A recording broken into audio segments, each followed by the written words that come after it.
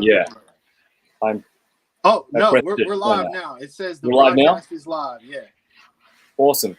sweet. That was pretty painless. I'm looking on your channel to make sure. Yeah, we're up. I see it. I'm gonna try not to look off camera too much. Yeah, it's not showing up. It's not showing up on my channel, but if it's showing up on yours, Yeah, that's we all are. good. I can see it. Okay, there we go. Okay, there we go. Fantastic. Let's get it going. So you want to All right, take so we us got through the introduction? This is your thing. Yeah. Hey, Dash of Salt, what's going on? Yo, Happy Saturday, Friday, he's an wherever awesome you dude. are. Arc 77 Reviews and Customs, thank you for coming in. Yo, I'm gonna put the link in the description. Yeah. To you guys that are here, could you share that? We would appreciate it heavily. Yeah, thank you. I just dropped it. Yeah, I think this. I was talking to Ace early on, and this is the first time for me to actually do one of these. But yeah, I think it's all in the preparation. Like you're supposed to, have the thumbnail up and have the whole setup like at least an hour before. But we'll see how it goes today. Personally, I think you did this wonderfully because I couldn't imagine having to do this myself, man. This would have came out bad.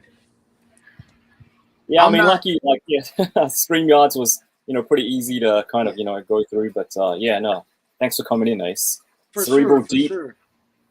I'm not tech savvy at all, so when you told me I was gonna have to create an account, I was like, "Oh man, this is gonna be something." And then trying to link it up, but nah, this worked out pretty smoothly, actually. Fantastic. Yeah, I think we've got like 8 people in here, but I guess we'll wait a few more minutes until I get things rolling. But Action Figure Stop Motion Production, what's up? How's it going? I wanted to try to put the link in my bio, but that didn't work.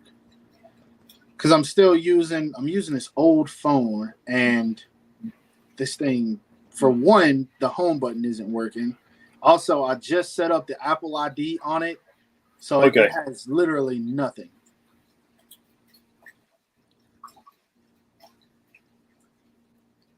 Renzo Reviews. Hey, what's up? Thanks for joining in. Shout out to everybody that's here. Yeah. Yeah, I can't see the chat on actually, yeah, I can. You can actually see the chat on here. The only thing is you can't see yourself. Okay. Action Figure Stop Motion Production. I watch you guys' videos all the time. Thank you. Appreciate that. Thank you. We do appreciate that. All right. And whenever you're ready, we can get it going, man. It doesn't bother me. All right, let's get it going. So for everybody who's watching right now, if you don't know, you should know. I'm here with my man Ace, aka Animated Heroes. We've done this together before on Instagram Live, but I just wanted to kind of step it up and do it on YouTube. But thanks so much for coming on today. I know this is kind of like out of the blue, but yeah, I really wanted to talk to you again. I mean, I had a lot of fun with you last time, so yeah, let's get things rolling. Yes, sir. Yes, sir. And guys, this is your channel, so obviously they know you. But for the people that came here from my Instagram, whoever's here, follow 86 Reviews, man. He's a great dude. He's always keeping up with the Dragon Ball Z information, and I watch your stuff faithfully. I really do. Like when something new comes out, if it's Dragon Ball related, I'm awaiting your review every time. Thank you. Appreciate that. Yes, sir. Yeah, but I mean, like, in terms of anime stuff, yeah, I mean, you've got it down. Like, I like myself my anime, but yeah, I'm definitely not as knowledgeable as you are. So whenever I want to, know something about, a certain anime, yeah, you're the man. I would say, yeah, man, but there's actually like people I know who know a lot more about anime than I do. Like I consider myself kind of in the middle because I will dive into some of everything, but I'm a slow diver. Like I I just watched Demon Slayer this year. Right. And I think it got popular like last year, and Yeah, I everyone think has so. seen it. So I'll wait no matter what it is for the most part. Like there's still stuff I haven't seen yet, but eventually I'll get there. Yeah, awesome. Renzo's reviews, Yo 86 reviews. It's me from Instagram. Hey, what's going on? Thanks for joining in. Good to see Let me get back on the live. you. Matthew, sup of your review. Full power Goku. Awesome. You kind of cut out a little bit on mine. I don't know Oh, if really? that happened for everyone. Yeah, just a little bit. I was able to like kind of figure out what you were saying, but it did cut just a bit. Yeah, I was saying, reading comment, Liam Matthews got his first SHF Dragon Ball figure today, full power Goku. Oh, nice. That's some place to start for sure. Yeah, definitely. Arc 77 Reviews and Custom says, "What's our favorite figure of all time?" You first. Oh man, I don't know if you can answer that or not, though. I'll be honest. That SH Figure Arts Gojo from Jujutsu Kaisen is up there. Yeah. I love that thing. Right now, it's between that and maybe SH Figure Arts Cooler, maybe. Okay. Yeah. Yeah, those things are beasts. Is that because you're into the anime right now, or is it like overall, like as like figure wise, that it's a good figure? Both, really, because I mean, my favorite anime character is Sasuke Uchiha from Naruto, just forever. But I really like Gojo from Jujutsu Kaisen, but SH Figure Arts just nailed the figure also. So I was like, ooh, I dig this a lot. Awesome. So awesome. Either way. Yeah. No, I got to check that out then, I guess. Yeah. Kenny Boy's Toys is in here. 86 reviews. Yeah, good to see you. You're doing good. Yeah, I'm doing good. Thanks. Yeah, how are you doing? I mean, I know you've had a rough couple of months and everything, but I hope you're feeling better. Yeah, you've got your reviews going on up on your channel, so I've been checking those out. So hopefully, yeah, you continue to keep posting and just keep on doing what you're doing, man. Arc 77 says Gojo is amazing. There we go. Yeah. Kenny's Toy Box is here. Yes, he is. Yeah, and Kenny Boy's Toys is one of the original Dragon Ball reviewers. Nice. He's been doing this for a really long time. So, yeah, one of the OGs. I'm so bad at the Dragon Ball stuff because, like, sometimes I'll get it early and then sometimes I won't. But by the time you review it, by the time The Amazing reviews it, well, he doesn't review Dragon Ball much anymore. But yeah. By the time a couple of other people review it, I'm like, man, do I really need to jump on this one? But I was anticipating Cooler so much I had to do it. That Cooler was amazing. Yeah, definitely. Yeah, no, but I definitely feel the same way. Like some of the figures, especially like I get the official releases pretty early, but for some of the third-party stuff, I got to order it through like AliExpress, and more recently, I'm getting it through 5K Toys. But because they ship from overseas, it gets here a little bit later. And then after like when you review it and other people review it, it's like, do people really want to see what I want to talk about it? So I do. Yeah. Whatever you get, I'd love watching your reviews, man. When it comes to Dragon Ball, I will go to your review before I go to anyone else's. I appreciate that. Yeah, that's legit. I will always go to yours first. Thank you. Really appreciate that. Yeah. Did you get the what is it, True Believer from Demoniacal Fit? Zamasu? Yeah, I got it right here. I'm gonna work on the review this weekend. Nice. Yeah. What do you think about it? Yeah, no. Before I had a look at your review just to see what I was getting my hands into. But I like it. I never got the original because it's a damn US exclusive. But overall, I'm really liking this head sculpt. Like I'm really happy. Like that's the thing that like Demoniacal Fit does really well. Like they don't just copy it. They give something a little bit extra. They did that with Jiren. They did that with the Ultra Instinct Omen Goku. They always give something a little bit extra. And if that's what they keep doing, I think that's where their main selling point will be. Yeah, in my opinion, anyway. Yeah. They're pretty smart with it. I'll give them that for sure. They're very clever in terms of their releases because it's for me, it's kind of the small stuff that they'll do because the SH Figure Arts Zamasu for me, the official one, when I got it, it was like a very lackluster figure. It was, I think you weren't going to get him for cheaper than $80 if I remember correctly.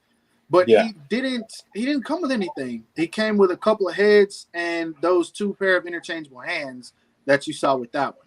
No sword, no extra accessories for Goku Black. And then as far as you said you saw my review, but in the hair is what bothered me the most. It was one piece of hair and you had to interchange it every time you put a different head on there. I was like, nah, it's kind of whack. For $80, y'all could have just sculpted this on every one of them and been done with it. But yeah, I mean, we get 3 heads. 3, I think it's 3 or 4 heads. With this. I think it's 4, if I remember correctly. So there we go. Yeah, and I mean, the quality of like Demoniacal Fit figures, I think, is improving. Yeah. So by far. Yeah. By far. So, no, it's a good one, and I really like their previous figure, the Wii Ski Goku. That was pretty good. Yeah, I like counter-attacking K. That one was awesome. I would not be surprised if SH Figure Arts announces that figure pretty soon. Yeah, probably. I would not be surprised because they're on the defense like heavily. I was not expecting the Goku the Kaioken Blue Goku. I was not expecting that at all. Me too. Exclusive. Me too. Yeah. I want to go back to some of these comments, but somebody mentioned that you asked us what we thought about it. Christian Gonzalez, I definitely watch reviews regardless of how late they're uploaded, so I don't think it should be a huge factor in making reviews. I'm sure lots of people carry that same sentiment. Yeah, absolutely. Thank you. But I didn't see which one you were reading. Oh, okay, I see it. Yeah. Liam Matthews, my favorite figure is either Mezco Fully Loaded Punisher or Mafek's Comic Spider-Man. Yeah, definitely. Yeah, that thing is awesome. You keep yours with you. Mine's back here somewhere. Is that the darker one? No, that's the first one. Oh, it is? Oh, you got it in like a Kamehameha spider whipping pose. Yeah, I was going to do a picture with Goku and Spider-Man doing like a Kamehameha pose together. That's lit. Yeah. I can't wait to see that one. Someone says Vegito Supremacy. Okay. Ooh, what's that? Okay. I agree with that. I like Vegito. I'm a little bit more on the Gogeta side, but I like Vegito. Okay. So you prefer Gogeta more? Like, is it the costume or? Nah, man. Gogeta's just more badass to me. Yeah. My thing about Gogeta is that he comes in and he gets the job done every time versus Vegito he plays around a little bit, Yeah, that's true. So somebody asked us, I'm sorry, Renzo Reviews, no, not Renzo Reviews, Arc77 Reviews and Custom says, thoughts on the New York Comic-Con exclusive Goku. Are you going to get, I read somewhere that you wanted that, right? Yeah, I'm definitely getting it for sure. Gotta get it. Gotta get it, yeah. Even if it's just for the aura effect, I gotta get it. Right. I mean, it's not exactly the same as Demoniacal Fit's one. I mean, they have the same kind of like pinkish, reddish, like overspray that they did with the normal Kaioken figure. So yeah, it's a bit more metallic. I was looking at that and I couldn't really figure out whether I liked it or not. Because in most situations, obviously the authentic company is going to do it a little better, But I feel like personally, Demoniacal Fit killed Tamashii Nations with the Zamasu release for sure. Like I just feel like there's no question about that one. And then the the Kaioken Blue Goku is kind of a preference thing, you know, like which one do you prefer? And just looking at the pictures, I prefer the demoniacal fit, but who knows? Once I get the Tamashii Nations in hand, I might like that one better. But picture-wise, I gotta go with demoniacal fit. Yeah. No, they did a good job. I was kind of like, you know, contemplating whether to get it or not, but yeah, I might pick it up if I can't you don't get my have hand. that one? Yeah. I don't. Oh man, I would definitely recommend it. It's a pretty good figure. Okay. Yeah. I mean, I like that body, like that blue ripped up shirt. I mean, it's a shame it's the official one was another exclusive, but yeah. We'll see it again. I'm willing to bet we'll see that body again. Yeah. Hopefully. Wait, Renzo's reviews. Sorry, go ahead. No, I was just reading the comments. Someone was asking, what is the best SH Figure Arts Goku? What's the best SH Figure Arts Goku for you? I got mine. The best SH Figure Arts Goku? Man. I got flies flying in. I have my window open and it's killing me right now. But either the UI, the regular UI, or no, I know, and you're gonna think I'm crazy for saying this one, but it's gonna be the Super Saiyan 4 Goku. Okay. There we go. Yeah. No. I mean, yeah, we don't have it yet, but no, I got a feeling that it probably will be. That thing is gonna be a monster. Yeah. Like, I mean, those shoulders, the way that it can, you know, do that Kamehameha pose. Yes. Damn.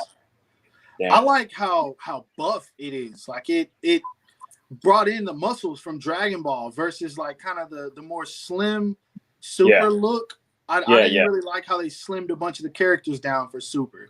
I liked when they were all buff and they came off as more intimidating protagonists. I like that. Yeah, exactly. And so Super Saiyan 4, man, that thing is, they just got to give me Vegeta and Gogeta and I will be the happiest man on earth.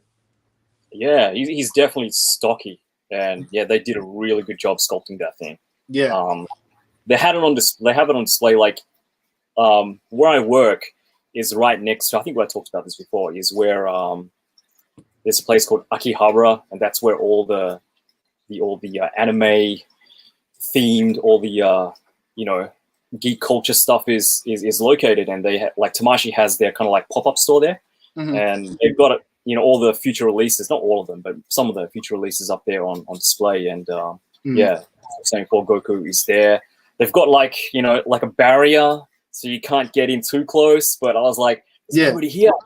Man, I could just grab this and I would recommend that one. It was I don't remember what it was. I think it was a Mortal Kombat figure or Darkstalkers or something. Storm Collectibles that had gotten stolen from a convention at some point in time, like a year or two ago. And I don't think they ever caught who it was. It was crazy. There we go. Yeah.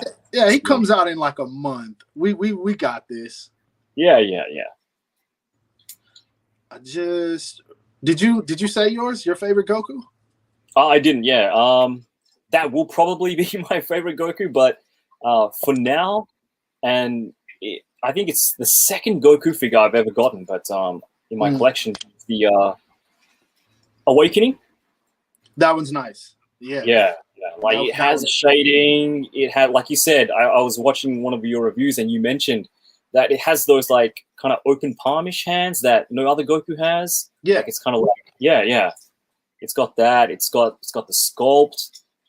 It's got everything. So that's still to this day one of my favorite Dragon Ball SH figure arts figures. Definitely.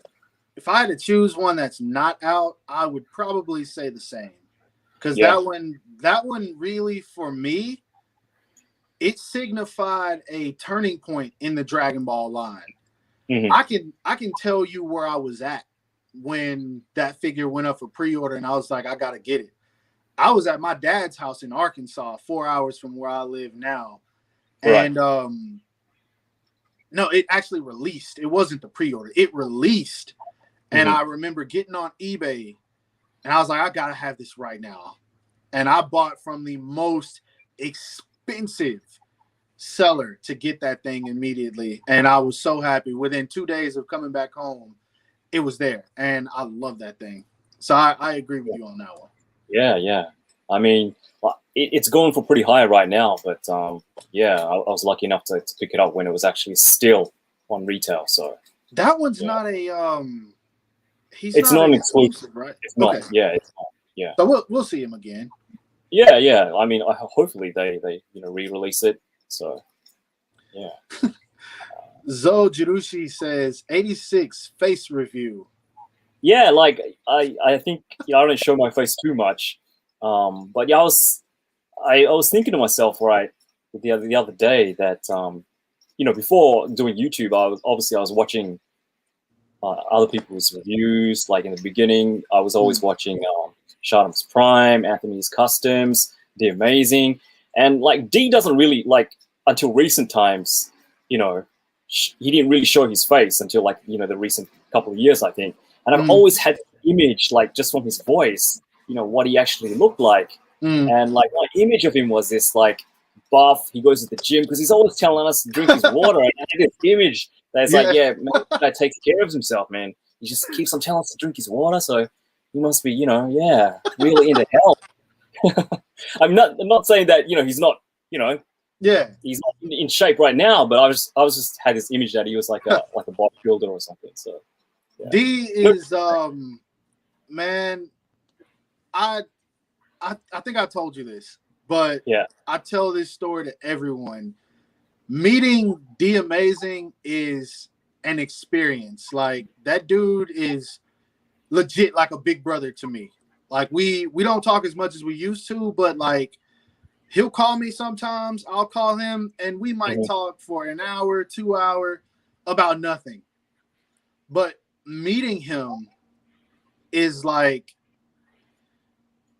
you feel like you have known this dude your whole life. That's how it was. I remember when I was getting ready to go to New York Toy Fair last year in February. I'm not like the most open person unless I really know somebody. So I made a post. I was like, yo, if I come off as shy, I come off as quiet. It's not that I don't want to be around. It's just that I'm kind of getting used to you and your energy, whoever it is that I might be associating with at the time. Yeah, yeah. And I remember I showed up to Toy Fair. I was with Unparalleled and a couple of other people. And D just came out of nowhere and brought this energy.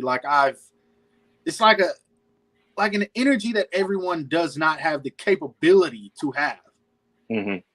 And when we got to talking, in my mind, and this is going to sound crazy, but no joke, it's true. I could literally start thinking things like, oh yeah, D, you remember 10 years ago when this happened? I didn't know you 10 years ago, but you remember this? Like it legit feels like I have known him for my whole life. And I hope that everyone gets that experience with, if not him, someone, because it's a very almost surreal like feeling. Like it's awesome. No joke. I love D. I really do. Yeah, I mean, I don't know him too well. I mean, we talk sometimes, but yeah, I mean, you can just tell from the way he presents himself, the way he talks on his views. It's just like a chill, relaxed, down to earth, like charismatic guy. So yeah, definitely. And there's a lot of them of people like that. Like meeting Wade. Wade is a character, and I love messing with Wade just because I know how he gets. Like I will literally, I've backed off now because I'm like maybe I'll do too much, but like I love going to his comment section and saying stuff like, "Oh yeah, y'all read that new comic where Goku beat Captain America?" And I know when he reads it before he even says it, because I ain't gonna call my man out. But Wade, if you just watch him, whenever he's about to get upset about something, whenever he's in his argument mode, his eyebrow will twitch. Like it's slight, but you'll see it every time. You look out like for he's it. about to go off. That's my guy. I love Wade, but I notice Yeah, I it mean, every time. absolutely. Like he's really honest, and it comes And he's across that here too. way. Wait, he's He's here? here too. No way. He said happy You Friday. caught us out. Caught us out. Caught us out. Yeah. Oh shit. He always comes when I say something about him. Always. He's watching you. Like a hawk. Yeah. No. Definitely. Yeah. No, I mean, I think it's a mutual thing, though. Like most of the like really interesting comments and the really interesting conversations like he has is, when he really, like, I can tell that he really values your opinion, and he always says that, and I really like hearing what he thinks about what you think. So it's definitely like a mutual thing. He I told him this, and he kind of reminds me of my mom. Like, my mom is like very, when she has her mind on something, right? You're not telling her anything, and she will get it when she gets it. Okay. And that's not like a bad thing or anything like that, but that's kind of how Wade is. Like, I saw a live where he said, I will get into anime when I get into anime. And sure. He's like, whether I do it right now at whatever age he is, or if I get into it when I'm 50. Yeah, yeah. Like, that sounds exactly like something my mom would say. And it's just, I'm fine with that. It doesn't really bother me. Like, I don't ever get upset at all when he says anything bad about Goku or anime, because I know at the end of the day, it's just, for him, it's just all about having fun. It's all about laughing, and his subscribers take to that. They love it. They enjoy it, and it's funny. So I don't ever take it personally. We just laugh and joke with each other. That's what it's all about, in my opinion. So Absolutely. Sorry, as I'm gonna try and get to some of these comments. I think we've been kind of ignoring them. For sure. Sorry, guys. Let's see. Where should we go from? There we go. Raw Sean K. Peters, favorite Dragon Ball SH Figure Arts Demoniacal Fit figure. I think I would still go with the for an official release, probably Cooler and Awakening Goku for Demoniacal Fit. Yeah. Demoniacal Fit Awakening Goku? No. Sorry, for official releases, but for Demoniacal Fit, maybe the Whis Gi Goku, probably. I think I agree with that.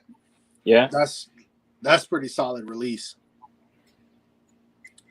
Someone asked about Android 16. Run It Back Games. I need an Android 16 release. Do you guys have Android 16? I had that figure years ago, but at the time when I had him, I was working a job that didn't really pay me much, so I ended up selling it. I will get him back eventually, though. Yeah, no, I don't have that figure, but yeah, what? definitely.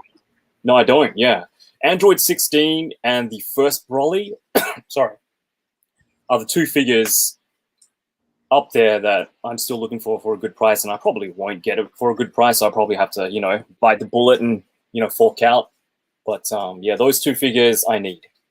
Do you have the SDCC? What is it? 2011 Goku? No, 2011. What's that? It's the 2011. Super Saiyan Goku. I don't know if it was 2011. I might be wrong on the year, but it's the Super Saiyan Goku that everyone was going wild about.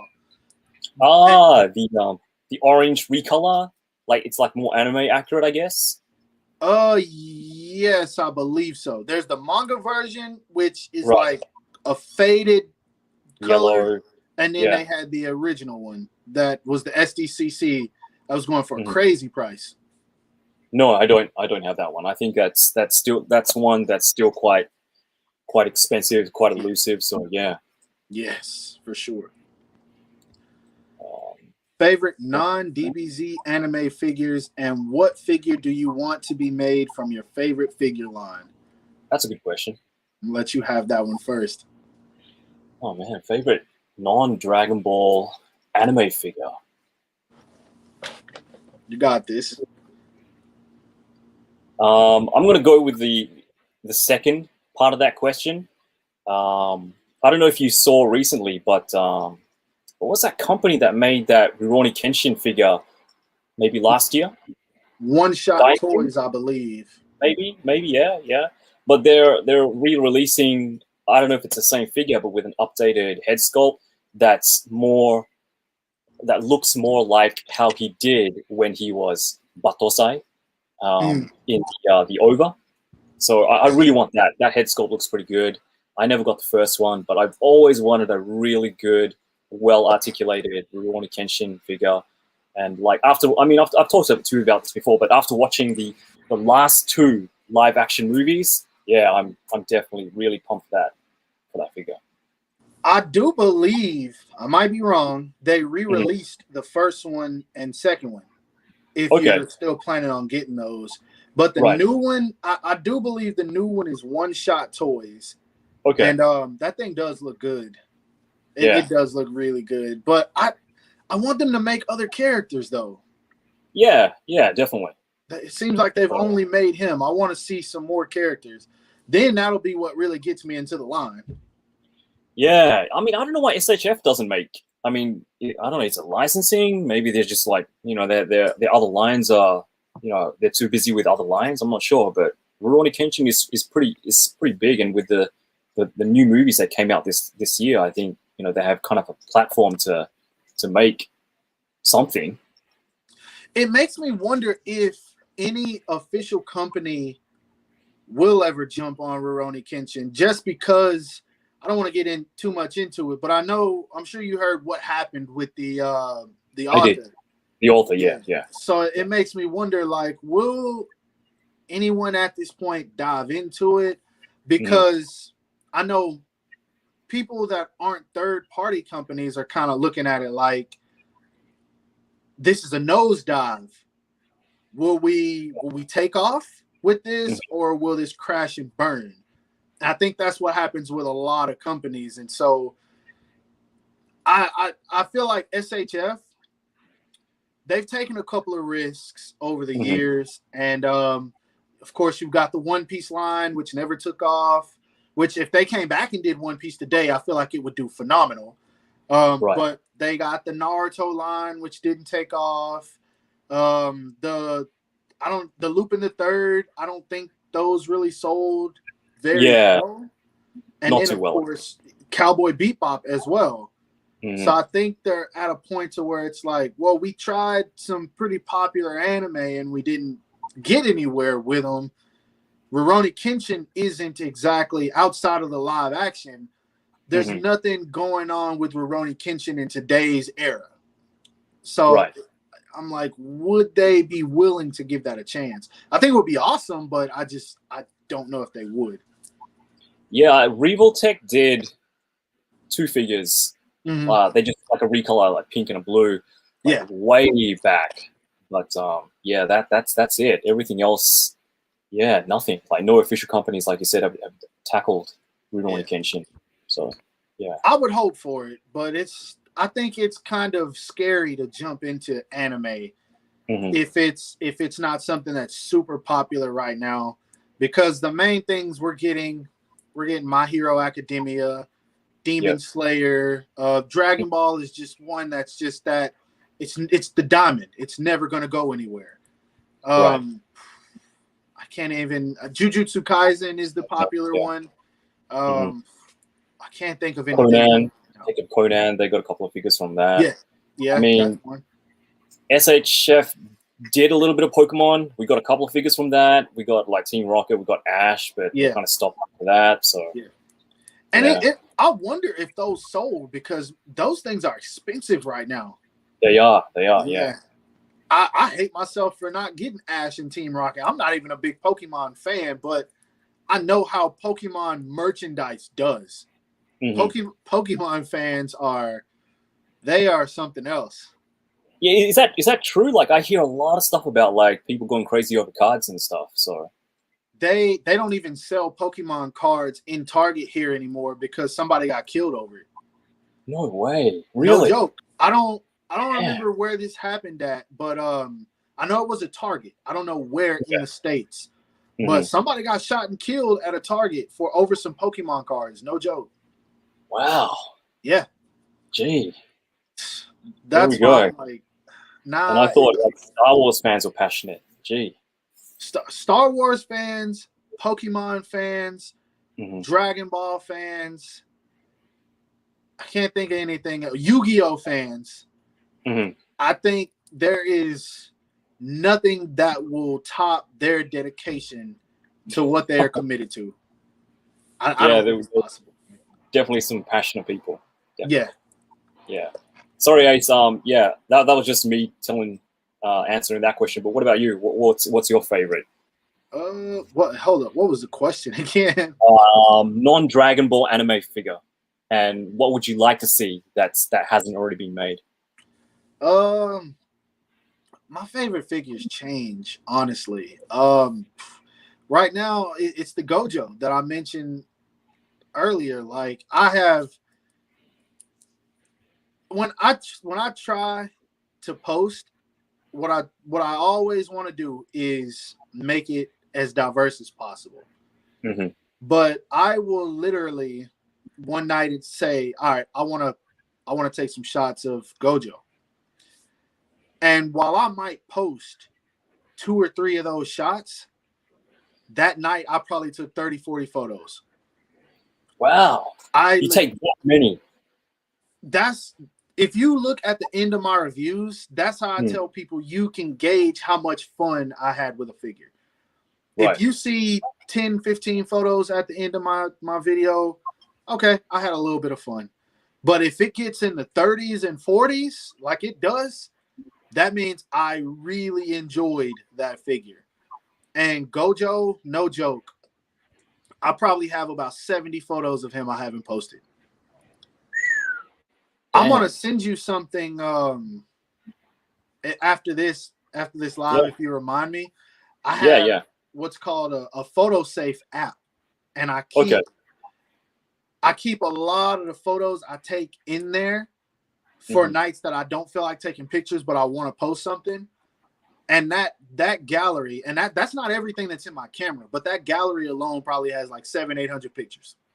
Gee, wow, that's I mean, like you're really consistent with posting photos on Instagram, and you must take a hit. Yeah.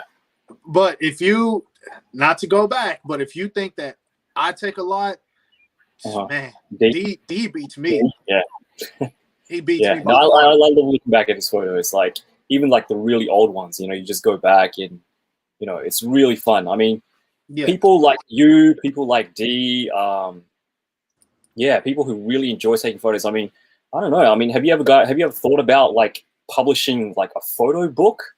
I don't know. I don't know how easy or difficult that is nowadays, but yeah, it's something that kind of crossed my mind. I don't know if I could do that because of like legal issues, right? Could I do that? I don't know. Yeah, maybe you might have to pay a lot in terms of licenses to use those characters. But yeah, definitely. Yeah, sure. That's probably a problem. Yeah. Because I had a guy. I posted a picture of Venom one time. It was the Marvel Legends Venom, and it was, to me, it was nothing special, but it was just him in the sewer. It was like a close up of his face, and this guy messaged me, and he was like, "Yo, I will buy this photo off of you if you can print it out for me, or send it to me, and I can print it out." I was like, "Man, here, you can have it." Like I don't know anything about that. I don't know if that would be like something I could get in trouble for. I don't want anything legal to come back on me. So I just sent it to him in an email. I was like, here, go print it if you want it. It's all you. Yeah. I mean, if we could definitely make a bit of money out of it, it would be awesome. But that would be. Renzo Reviews. Hey guys, I got to go. Peace. Yeah. If you're still in here, probably not, but yeah, thanks Renzo Reviews. Thanks for coming in. So I wanna answer this one question by my boy Dash of Salt. He says Kid Buu or Janemba next, and I'm not gonna say anything, but I am gonna say this: just ready your wallet. There we go. Yeah. I mean, who knows? We might get both next year?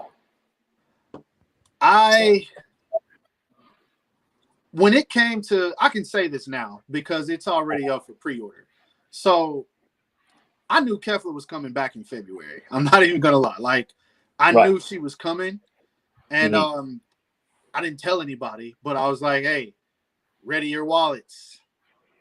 I knew Dodoria was coming. I didn't know when Dodoria was coming. I was like, yeah.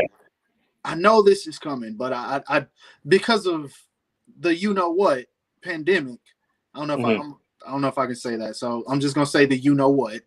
Yeah. I wasn't sure when things would be coming out because a lot of this stuff I've kind of heard of already. And when they announced that they were gonna make characters from fighters, that was when I found out, like, okay, this is who's coming. And basically, the character that a lot of people are waiting for is going to come out. That's all I can say. Yeah. I mean, I don't know how well, Tamashi Bandai listen to fans. I mean, they do a lot of like questionnaires. They ask fans about what they want. And I did one recently, and they had like a whole list of characters, like stuff that I haven't even thought of yet. But yeah, I mean, they're definitely thinking about it. They listen heavily. Like it's the small stuff that people don't even realize they're listening to, that I didn't know back in the day, but now I know. Like, for instance, when the Jujutsu Kaisen figure came out, the SH Figure Arts Yuji Itadori, we got the Sukuna face, where he was just like, you get him looking down, which that's pretty much what he does. Sukuna is always looking down on whoever he fights because he's like, you're beneath me. That's in his character. But there was a lot of comments that were like, yo, I want a Sukuna face where he's looking forward. What are y'all doing? What's going on? Why didn't we get this? Why is he only looking down? So then SH Figure Arts Megami goes up for pre-order. What comes with him? A Sukuna face looking forward. They listen. Just know that they listen, but it's not about them dropping it when we want it is the thing. Because we could say, I want SH Figure Arts Super Saiyan Gogeta from Fusion Reborn. I don't want the Super Saiyan Blue Gogeta. I want Fusion Reborn Gogeta. That might be coming in 2023. They might already have that on the docket, but because of their schedule, they can't just drop it the year that we want it because of the fact they might have dropped Janemba this year. Yeah, that makes sense. So that makes sense. Yeah, that's just how it works with them. Yeah. I'm sure they have prototypes or 3D renders of characters. Obviously, they can't show at the moment, but yeah, definitely they have a schedule for sure. Yeah, I just noticed Wade is actually in here. I think he's driving home from work right now. I was driving when Ace said I reminded him of his mom, but that's awesome. Much love to 86 and Ace. Yeah, right back at you, Wade. Yeah, Wade, for sure. I love my mom to death, man. So I know you hate when people say they love you, man, but I love you, bro. I do. Yeah, we got to get you on here as well. So yeah, definitely. This is like a prelude to having. Speaking of which, Wade, I do want to say this, man. I know you haven't watched any anime. I'm not gonna hold you to that, but I have caught up on my comics, man. I know a lot more, and I'm talking Marvel comics because I know you a DC hater, and I'm gonna stand by that. But I have caught up a lot on my Marvel comics. So if you ever have me on your live again, we got some stuff to discuss. That's all I'm saying. There we go. Holding up his end of the bargain. Yeah, I don't think Wade has watched sorry, what was that? Cowboy Bebop? No, that's not what you recommended him. Samurai. I think that was what he got. Cowboy. Okay. I recommended him not Rurouni Kenshin. Samurai Champloo. Samurai Champloo. Yeah. But he ended up buying No, I think he did buy Samurai Samurai Champloo. Champloo. Yeah. He just I don't know hasn't. why I was thinking Cowboy put it in. Bebop. Yeah. I guess you got to catch him. Oh, whoa, saw your face for the first time. I don't know if he's talking about me or you. Maybe both of us. Dash of salt. I would rather see more Pokemon Figma. The SHFs are great, but Figma Red is incredible. SHF accessories lack. I didn't get them, but I thought that they looked good. I really was digging that Team Rocket 2-pack, but it's like, nah, I don't want to get into Pokemon because that is once you get into Pokemon, that's a never-ending cycle. Yeah. Because Pokemon could have easily, if those figures were successful, turned into Dragon Ball, and I was not about to have that. I couldn't do it. Definitely. Yeah, and I mean it's long running. Like I started watching that. I mean, I remember when Pokemon first came out when I was 11. So how long ago was that? That's like what, 25 plus years, 24 years now? 24 years? Yeah, Pokemon's been running for, I'm pretty sure it's coming up 25 years now. I could have sworn you told me you were like 2 years younger than me. do I look 2 years younger than you? You look like you're like 19. Thank you. I'm flattered. But no, I'm 1 year younger than Wade. He's 36. I'm 35. So I could have sworn you told me that. I don't know. Maybe I'm just thinking of someone else. Wow. That's still not old, but it's just like, wow, I was not expecting that. Yeah. Well, there we go. Yeah, Dash of Salt says Pokemon is in the its 25th anniversary right now. So at this point, I can't catch up with Pokemon anymore, man. Pokemon to me will always be Ash, Misty, and Brock. Those were and 100 Pokemon. That's it. Yeah, Once it started going past that, I was like, look, I can't keep up. Same with Yu-Gi-Oh! Yu-Gi-Oh! For me is the first cast. And that's it. After they started getting those like crazy, I don't even know what kind of cards they were. I remember Exodia being the #1 Yu-Gi-Oh! Card, and then or 5 cards, whatever. And then all of a sudden they've got these stronger versions, and I just can't keep up with that anymore. Yeah, definitely. I don't know where they're up to right now, but yeah. Goku Black Studios, what's up? How's it going, man? Second form Frieza. I agree. Yeah, we need a second form Frieza. Yeah, definitely. Yeah. What's your favorite? What's your favorite form of Frieza?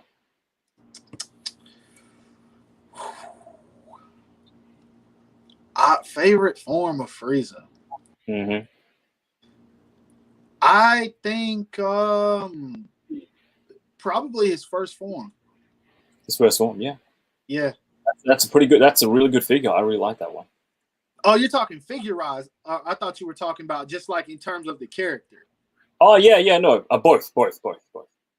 Figure-wise, yeah, I think the first form is definitely better than the final form, but only because of everything they had to put into the first form versus the final form.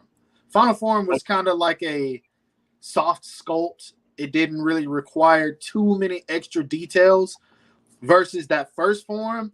They went all in with the expressions and everything. Like, you literally could not ask for more with that figure. Absolutely. That's a really iconic look. I mean, you know, Final Form Frieza, yeah, obviously that's, you know, that's a no-brainer. That's how he is for most of that arc. But yeah, First Form Frieza has some really memorable moments. So yeah, Frieza for me in Dragon Ball, I just really loved what he was like, because this dude came in and it was like Vegeta's afraid of him, Nappa's afraid of him, Raditz is afraid of him. King Kai is telling Goku, man, if you go to Namek, stay away from Frieza. And so it's just like, who is this dude? What is he about? What is everyone so afraid of? And then when you see him, you see this small dude in a little space pod, and you're like, man, this dude is the threat of this series. Like, he doesn't look that intimidating. But when you see just how ruthless he is on that scene where they killed the Namekians, you're like, okay, this guy is something serious. Yeah. So I just loved everything that first form Frieza really was. Right. Yeah, definitely. Like he's probably my favorite villain from the series. So yeah. Over definitely. Cell? Just a tad. Just a tad. I got you. Yeah. I think Cell's my favorite. Perfect form Cell is my favorite. Just because he was so smooth and cocky, and that's true. That's what I loved about his character. Yeah, he's a character. Yeah, definitely. Goji King 54 is in here. What's up, Goji King 54? Goji King, how's it going? In an age of re-releases, I wonder if Tamashii would eventually go back to premium Bandai exclusives years later for reprints, reissues. Yeah, I'm in the process of making a video about I don't know what to call them. I guess budget figures. Like, I don't know if you kind of noticed recently, but with that more recent release of, they're calling it fourth form Frieza now, but they re-released that Frieza. They've done it with Goku Black.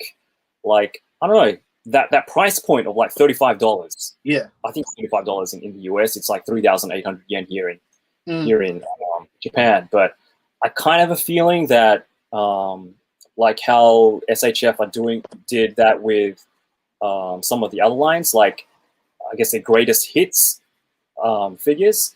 They're kind of maybe stripping down some of the accessories and kind of repricing them at that $35 price point, and just trying to get out figures that maybe people kind of missed out on or are kind of like gone up in price ever since the initial release. And if that's what they're doing, I really do hope they go back and give us some of the older as well. So yeah, definitely. I think it depends on what it is and the availability of it.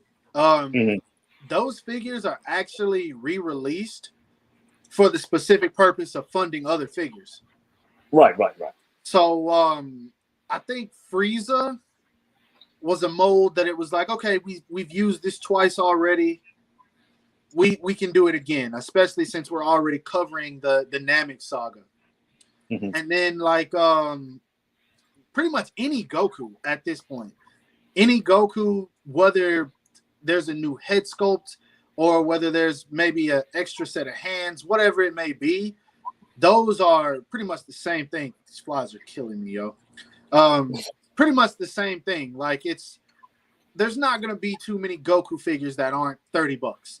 So basically, those are funding the coolers, the Ginyu Force, the Final Form Friezas, not Final Form, First Form Friezas, stuff like that. And I don't know, it would be so awesome if they did, but I was talking to someone else about this recently. I don't think they've ever released a Vegeta that wasn't a web exclusive. To my knowledge, I don't think that they have. Because even it was a repaint of the first release Vegeta. The premium color? Yeah, they called it the premium color. Yeah. They did another version of that with the kind of like metallic hair, and even that was a web exclusive. What was the 2.0 one a web exclusive? I don't remember. The one that they released after or just before the Saiyan Armor Trunks? I don't know. Was that the 2.0 Vegeta? Yeah, the 2.0. He's a web exclusive. Yeah. Okay. Well, there we go. Yeah. Wow. I don't think. Wow, I hit my camera. I don't think Trunks was though. Okay. I don't think, but I'm pretty sure Vegeta was. Wow. So that's what made me guess, because I know a lot of people were saying that. Hey, what if they do like a cheaper version of Android 16, a cheaper version of Broly, and take away some of the accessories? Yeah, but I'm down for that. I think it's all about being able to reuse those molds, and it makes me wonder, like, can they mass produce those bigger molds like that? Because Broly, that's a big figure, no matter what Broly you get. 16 is on the buffer side. I don't know. I hope so. I really hope that people who missed out on those can get their hands on them. And I think that they are going to revisit the Cell Saga next. It just seems like the logical thing to do. And then go on with the Buu Saga. So hopefully if they give us like a recolor of 16 or something, I'd be all for it. Even if it's not a $30 figure, if it's 60, 70, even 80, I'll go for it. Yeah, I'm down too. Definitely. Dash of salt. Cell Gang, baby. There we go. Yes, sir. Nah, Majin Vegeta. Majin Vegeta, I'll be honest. I think that they will, I don't know if it'll be Majin Vegeta, but I think they're going to tackle that version of Vegeta again in some way, shape, or form. Yeah. Wasn't really happy with the original release. But Demon Eye Fit, they are going to release their version this month, I think, at the end of this month, probably. October. Yeah, October. Yeah, October. Okay, next month, right? Yeah, pretty much next month. That thing's gonna be awesome. Yeah, I think, because it looks like, I don't know if this is just a promo image, but it looks like they went with a darker blue also.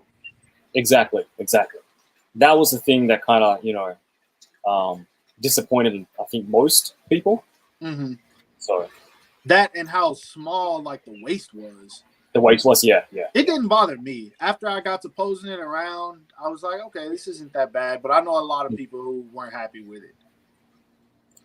Laser Gator 101. Hey, what's going on? Same. Cell is my favorite villain, but maybe Frieza gets #1 due to the fact that he gets beat up hilariously. Goku slapping him on Namek, Trunks slicing him, top. Yeah, like it's. I don't know. I don't want to say it's like it's a bad thing, but it's getting dangerously close. It is that they're making like Frieza the comic relief, and I don't want them to do that. Me either. Yeah. Me either. That's why I wasn't feeling him returning in the Tournament of Power arc. I feel like they did some things correctly in terms of just showing that this dude is still evil. Don't get it twisted. Like when he was pretty much torturing the yard rat guy. Right. I feel like they did that right. Or even when he came back and he killed all those guards in front of Goku. I was like, okay, they're headed in the right direction. But the one thing I don't like about, and this isn't just Dragon Ball, I don't like when they do this in anime, period. You build up this ultimate villain, because Frieza is not like a low-class villain. Frieza's up there in terms of top anime villains. You build this guy up for 2 whole sagas. You give him his ultimate conclusion at the end of a Saiyan who he hates their guts. And it's satisfying to watch Frieza go out on Namek. We're fine with that conclusion. This is a way for his chapter to end. You bring him back into Trunks' arc because somehow he survives. Trunks kills him easily. It's like, okay, all right, that's still a decent end, even though that was just basically used to amp up Trunks. That's a decent end, but that's it. I feel like Frieza should have been left alone at that point entirely. I don't think they should have brought him back in the fillers, like you said, for comedic relief. I feel like they should have left him out of the movies, because we've seen Frieza die a lot of times. That's if you true. think about it. That is true. Gohan's killed him. Goku killed him. Who else has killed him? It's pretty much everyone except Vegeta has killed Frieza and Piccolo. Yeah. All the strong characters have killed Frieza. So it's like I don't want to see any more of him at all. I want him to go out as the ultimate villain, and be done. Kind of like what they. Well, no, they didn't do that with Cell either. They brought Cell back in fillers. I wasn't feeling those. Right. So, yeah, no, definitely. Andrew says 2.0 Vegeta isn't a web shop exclusive. Yeah, I'll have to check back on that. I thought he was. He might not be. I thought he was, though. Yeah. Favorite form of Majin Buu? You go first. Probably when he absorbed Gohan, Ultimate Gohan. Yeah, Buhan. Yeah, that's Buhan. what I'm thinking. Yeah. I agree with that one. Yeah. Gary Garzon. Yeah, wow. Do you know Gary Garzon from Instagram? He posts like some of the best Dragon Ball like posed, because like fighting pose pictures ever. Definitely. I'm familiar with the name for sure. I think as soon as I see his content, I'll know who he is. Yeah. But yeah, I'm definitely familiar with the name. He's got his own style. Yeah. Thanks for dropping in, man. All right. We'll answer maybe a couple more questions, and then maybe we'll move on to talking about Shang-Chi, if that's cool with you. Yeah, by all means. Yeah. What is a demoniacal figure you want them to make? This is selfish, but if Tamashii doesn't make the androids, the 16, and some of the other androids that Tamashii hasn't made, I'm up for some androids. I'm kind of with you on that one. Like I would rather Tamashii Nations make it, and then if Demoniacal Fit comes along and does it better, then by all means. But yeah. I want Gogeta, man. Fusion Reborn Gogeta. There we go. Yeah, no, that's definitely your favorite. I mean, a lot of people saying that it's going to be an exclusive. Yeah, but yeah. If it is, I'm fine with it. I really want to answer Andrew's question. What's your thoughts on Premium Bandai? But I know it's just going to go on and on and on. You can make it quick. Go ahead, bro. Yeah. All right. Because I kind of want to know myself what you think about it. Okay, there's good and bad, I think, for both. Like, if you pre-order it, I understand that, people in the States, people who have access to Premium Bandai have to pay up front. But here in Japan, we don't. It gets charged from my credit card once it ships. So that's cool. So that's the thing. So I understand that. But if you pre-order it, then you're kind of, I guess, secured getting the figure. It's, I don't know if that's really much of a big deal for some people. But I get having to pay up front. That sucks, definitely, and not having to have the figure, months, having to wait months. Yeah. On the other side, yeah, definitely, it's really frustrating for fans, wanting to, have a figure, having the opportunity to go down to a store and actually pick it up. I definitely feel people on that as well. So it's kind of a mixed feeling for me, I guess. I personally, the website doesn't bother me because thankfully the only thing they ever get that I would want are Dragon Ball figures. And when they release, I'm not so hooked on getting them that I'm like, hurry up. Because honestly, I just go to Hobby Genki. But there we go. I got the Gohan Kid era from them. I got Jace from them, and then I got Hit from them. After Hit, that was when I realized I'm not ordering from them anymore. Not because of the fact that I don't like the website, because I feel like it is a very secure place. Like, no matter how long you wait, you have it. It's yours. That's true. And exactly. Especially when they put like event exclusives up on there, because one reason I try not to go at Tamashi too much about event exclusives, because everyone was so ticked about 17, 18. What else came out that year? 17, 18, and the Goku. The Goku. Yeah.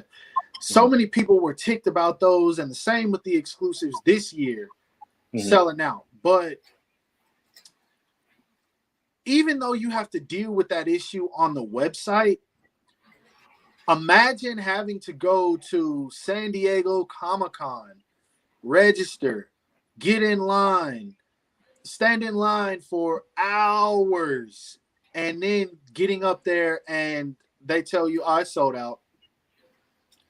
It's the same experience online, but you're doing it from the comfort of your home. And while you might not get them the first day, you might not get them the second day, that third day is usually guaranteed. Like the stuff that I got. And then your orders, of course. I wasn't able to get them when they came out last month, but they're coming in February. So it's like, it's late, but we got them. It sucks that we had to drop $200-300 to wait till February, but we got them. Versus going to the con with $300 to spend on them, and it's like, nah, fam, you're not getting them. They're sold out. Nothing we can do. So that's what I like about it when it comes to the web exclusives. And to keep it short, when it comes to their regular releases, though, like Hit, Kid, Gohan, Jace, and all of the Ginyu Force, I just order those elsewhere, because I think I was supposed to get Hit back in April, and I just got it last month, man. It was crazy. Then my Gohan was at the bottom of the ocean for who knows how long. So I'm just like, their shipping, their receiving of shipment is terrible. That's what I say. Yeah, I hear that a lot. Yeah, like a lot of people got their hits in pretty late. So here we go. I opened mine and messed with it, but I got it so late. He's still in the box behind me. But isn't Hit one of your favorite like super characters? He is. Something about that figure, I'm just like, it's all right, I guess. I love it. I don't know, but there is something. Well, I mean, it's usually like, the characters that we like most that we judge, the harshest. So you're probably right. I just think he's too small.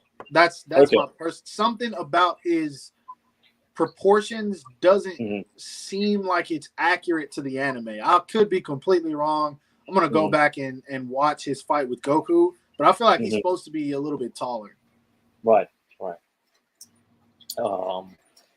There's one question that I wanted to answer before we move on, but go for it.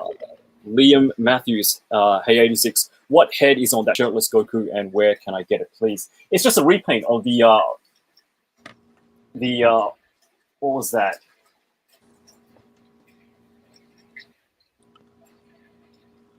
Oh, that looks nice. So it's like him when he's powered down and doesn't have the aura on. Yeah. That is. Did you do that? Yeah. Just using an airbrush, I just painted over it. That looks sick. If you're looking to do it yourself, Liam, it is acrylics. I use acrylics. You can use any kind of hobby-based acrylics, and it's 1 part yellow and 4 parts white. So you want it, as light as you can without going too white. And I just shot it through an airbrush. So there you go. There we go. But what did you think about Shang-Chi? I want to know. Man, so I'll start out with how I felt at first. No, wait. Sorry, Ace. No. Go ahead.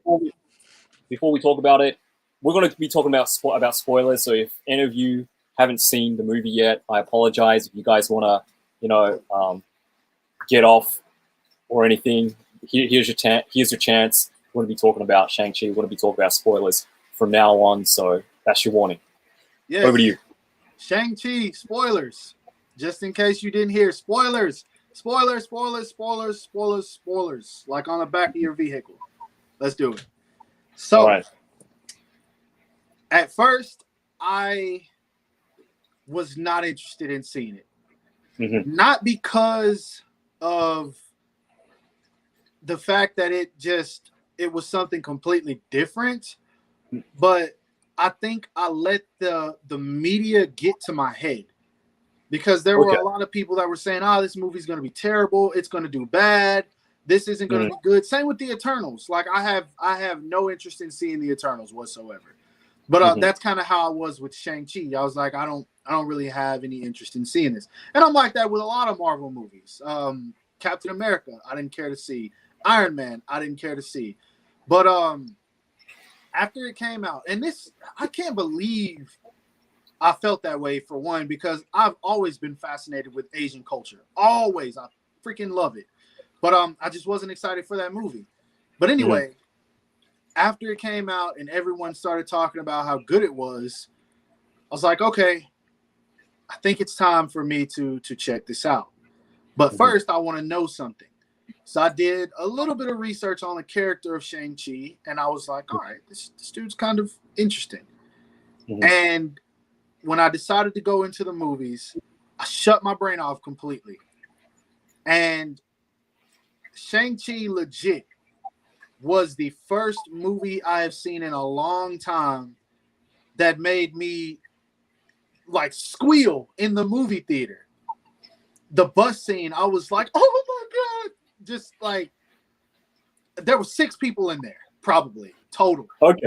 Wow, 6 people. Yeah, well, I go during the day. The movie theater is like right by my house. I can walk to it in 2 minutes. But I went during the time that people were working and school was going on, because I like to have the top row and nobody there, if possible. But I went to see it, and man, from beginning to end, I think my only complaint with that movie was by the time it hit the 3rd act, I was like kind of not feeling the CGI of the like fantasy-ish type world, but in like 10 minutes, it pulled me right back into the movie. I was like, let's go. We here. And that movie was just awesome. I know I didn't give any spoilers in saying that, but that's true. I really loved it. Yeah. I enjoyed it. Yeah, it was definitely a lot of fun for me. Man, it's been a while now since I've seen it. So I'm just that's why I was like, I really wanted to talk about it so early on, because I was so hyped after watching it. But there were some things that I really liked that it did in comparison to other Marvel movies. One thing in particular was his relationship with Katie. I thought that was so awesome that it wasn't a typical love story within a superhero movie. They had like this connection that by the end of the movie, I was like, yo, I need a Katie in my life. She's awesome, man. Like, I love, she's probably my favorite character, by the way. But I love them. They were kind of like this crazy dynamic duo. And just the way they interacted and how she had his back throughout the movie. Obviously, the fight scenes were just some of the best. And a lot of people don't know this, but there was a Dragon Ball director. I don't remember what they said his name was. There was a Dragon Ball director who directed some of the fight scenes in that movie. Which is why they threw in that line about when Katie was like, I thought you were about to do some kind of Kamehameha or something. Kamehameha wave. Yeah, that's right. I thought that was so amazing. I was like, yo, and it didn't feel forced. Nothing about that movie felt like it was trying to appeal to quote unquote woke society. Right. I felt like Shang-Chi's sister was awesome. His father, that dude was another highlight. Like I feel like his performance needs so much more praise than what it gets. He was everyone in that movie was just amazing. Everyone, even the woman who played his sensei at the end, who kind of taught him to. She didn't really teach him an airbend, but like kind of like the more manipulate. mystical part of it. Yeah. Yeah, I literally loved every single character in that movie. Yeah, definitely. Okay, yeah. Now that you've talked about it a bit more, it's kind of got my juices flowing. But yeah, you mentioned Katie, and like in the beginning, like I wasn't worried, but I was kind of cautious in thinking that they might, make Katie that kind of comic relief and make her kind of annoying. But no, she was good. She was good. She had that, it was a good amount of comedy. They didn't overdo it. Yeah. And like you said, the thing that I liked about both of the dynamic between those two was that they showed, it was a way to show Shang-Chi's, I guess, more human side. Like they didn't really show his badass, or like he's like assassin. They didn't really show his assassin side as an adult because obviously he ran away when he was 16. Yeah. I would have liked to see more of that, traumatized, I guess, really, I guess, dark side of his past, but it was like a good contrast, and it showed us, how human he was after leaving, his dad, the 10 rings, and actually making a life for himself. And I thought that was a good way to do it, having both of them together, all of the time. So that was one thing that I enjoyed about both of them. And like you said, it wasn't, a cheesy romance. They were pretty much just, really good friends. And that was great.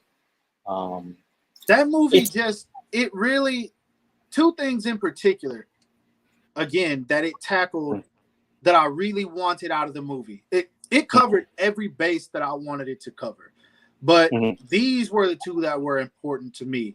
First, I wanted to know how this movie would be affected by Thanos' snap.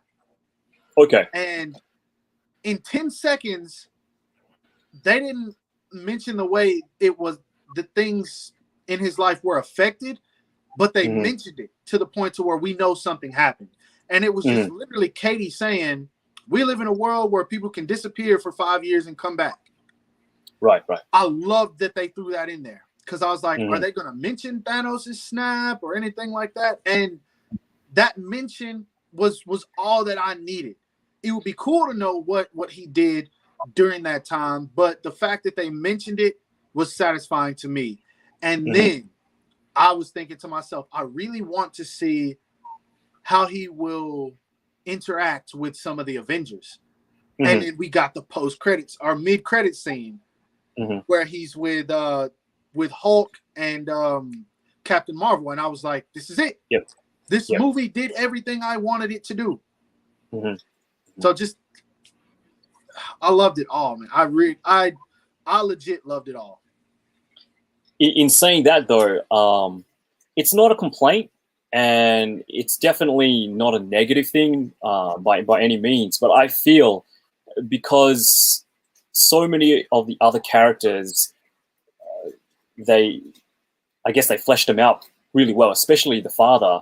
It could have been, and I'm not saying that Simu Liu was the guy that played Shang-Chi. He wasn't good in it. He was great. But I really felt that it could have been easily, called, Wenwu and the passing of the 10 rings, or, every character that was in there had their moment and could have been just as much a main character in the movie as Shang-Chi. So I don't know, that it's definitely not a bad thing for me, but yeah. I think it was the fact that you were just able to care about every single one of the characters. Even despite, this is when you know it's a good villain.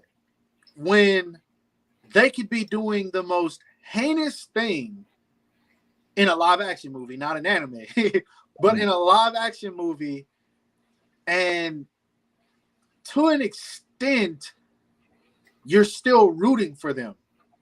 In a way. Because I didn't want to see his dad die.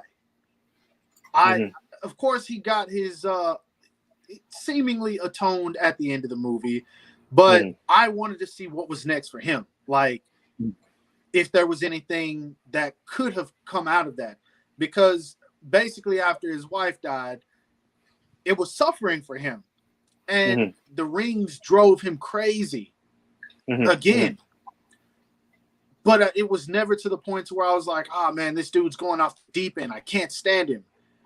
I genuinely cared for his character. Same for Katie.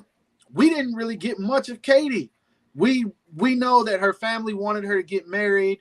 She had a very seemingly, I'm not gonna say traditional type family, because I obviously I'm not I don't know anything about what Asian tradition would be. But it's traditional now. I was gonna say it seemed like it was. Yeah. And I loved her interactions with her family, the way her family interacted with Shang-Chi. It was just like a 10-minute scene of her and her family meeting him. And that told me all that I needed to know about Katie, to love her more than I already do, than his sister. You cared about the sister because of the past that she had. After everything that happened with the mom, the dad ignored her, and he went off the deep end and just pretty much forgot about her. So she trained herself. She opened this fight club, and it was like, okay, how did she do that? That's interesting. How did she become so powerful? And you just care about all the characters. Even the guy who taught Katie, I hit my phone again, but the guy who taught Katie how to shoot arrows, who he probably gets 10 minutes of spotlight at the most. He doesn't really say much, but I cared about him when he got killed. I was like, no, like I was just into it. Every single character that was introduced, I was into it. Yeah. I want to go back to his father. I think like my favorite scene, and I don't think it's a spoiler, but it's in the trailers. But probably my favorite scene from that movie was, do you remember when he takes like young Shang-Chi when he's like a kid after his mom dies to that, like where the gangsters are, the people who killed his mom, like their hideout, and he goes in there, he's wearing the suit, and he walks in there so calmly, and as soon as he gets in there, he decimates them, and you see like his face changes, and when he goes down to his son, and talks to him, it's like, like his son, he's shaking, he's like, breathing, he's like panting, he's like, you can tell like he's distraught, but his dad just like, you're gonna help me kill these guys, aren't you? And it's like, it's traumatic, but that was like a really powerful scene for me anyway. I agree. I wouldn't have thought of that scene had you not mentioned it, but that's just another reason. Honestly, I wish I knew these actors' names. I know Samuel Lee, and I'm probably not even saying that right, but I know him. I wish I knew the rest of them, because I love to know the actors' names, because the performances were outstanding. And the dad, that scene that you just mentioned, it was so cool how he just walked in there calm. And it was one of those scenes where you really get into the movie, where if I was at the movie theater like this, sitting back, kind of relaxed, watching it, and it switches to that scene, and I know what's about to happen, immediately I'm like, something's about to go down.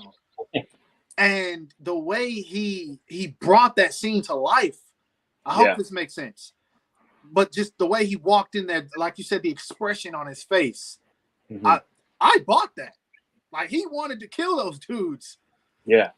And like you said, when he turned around and after he destroys them, because they had no chance, he goes up to his son and says, you're going to help me with the rest of this.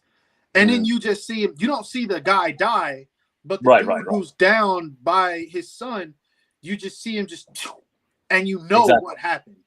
And I'm like, this dude is awesome, man. Exactly. I mean, it's messed up to do that to like a kid that age, but no, I just thought that whole that scene is easily one of the best in the movie.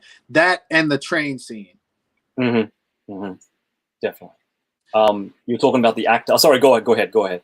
No, I was just gonna say this is another random one that I just thought was cool. It shows how much he believed in Shang-Chi. Also, I really love the part where he said to his guards, "You couldn't kill my son if you wanted to." And you see that, like, when they come at him and they're they're basically attacking him like they want to kill him. And there's no way they prevail whatsoever. Even when the dude with the paint on his face, who I thought looked super dope, by the way. Death Dealer? Yeah, Death Dealer. I wish we would have got more time from him. I really wish we got more time from him, but even he was unsuccessful. Yeah. I wish we would have got more Death Dealer time.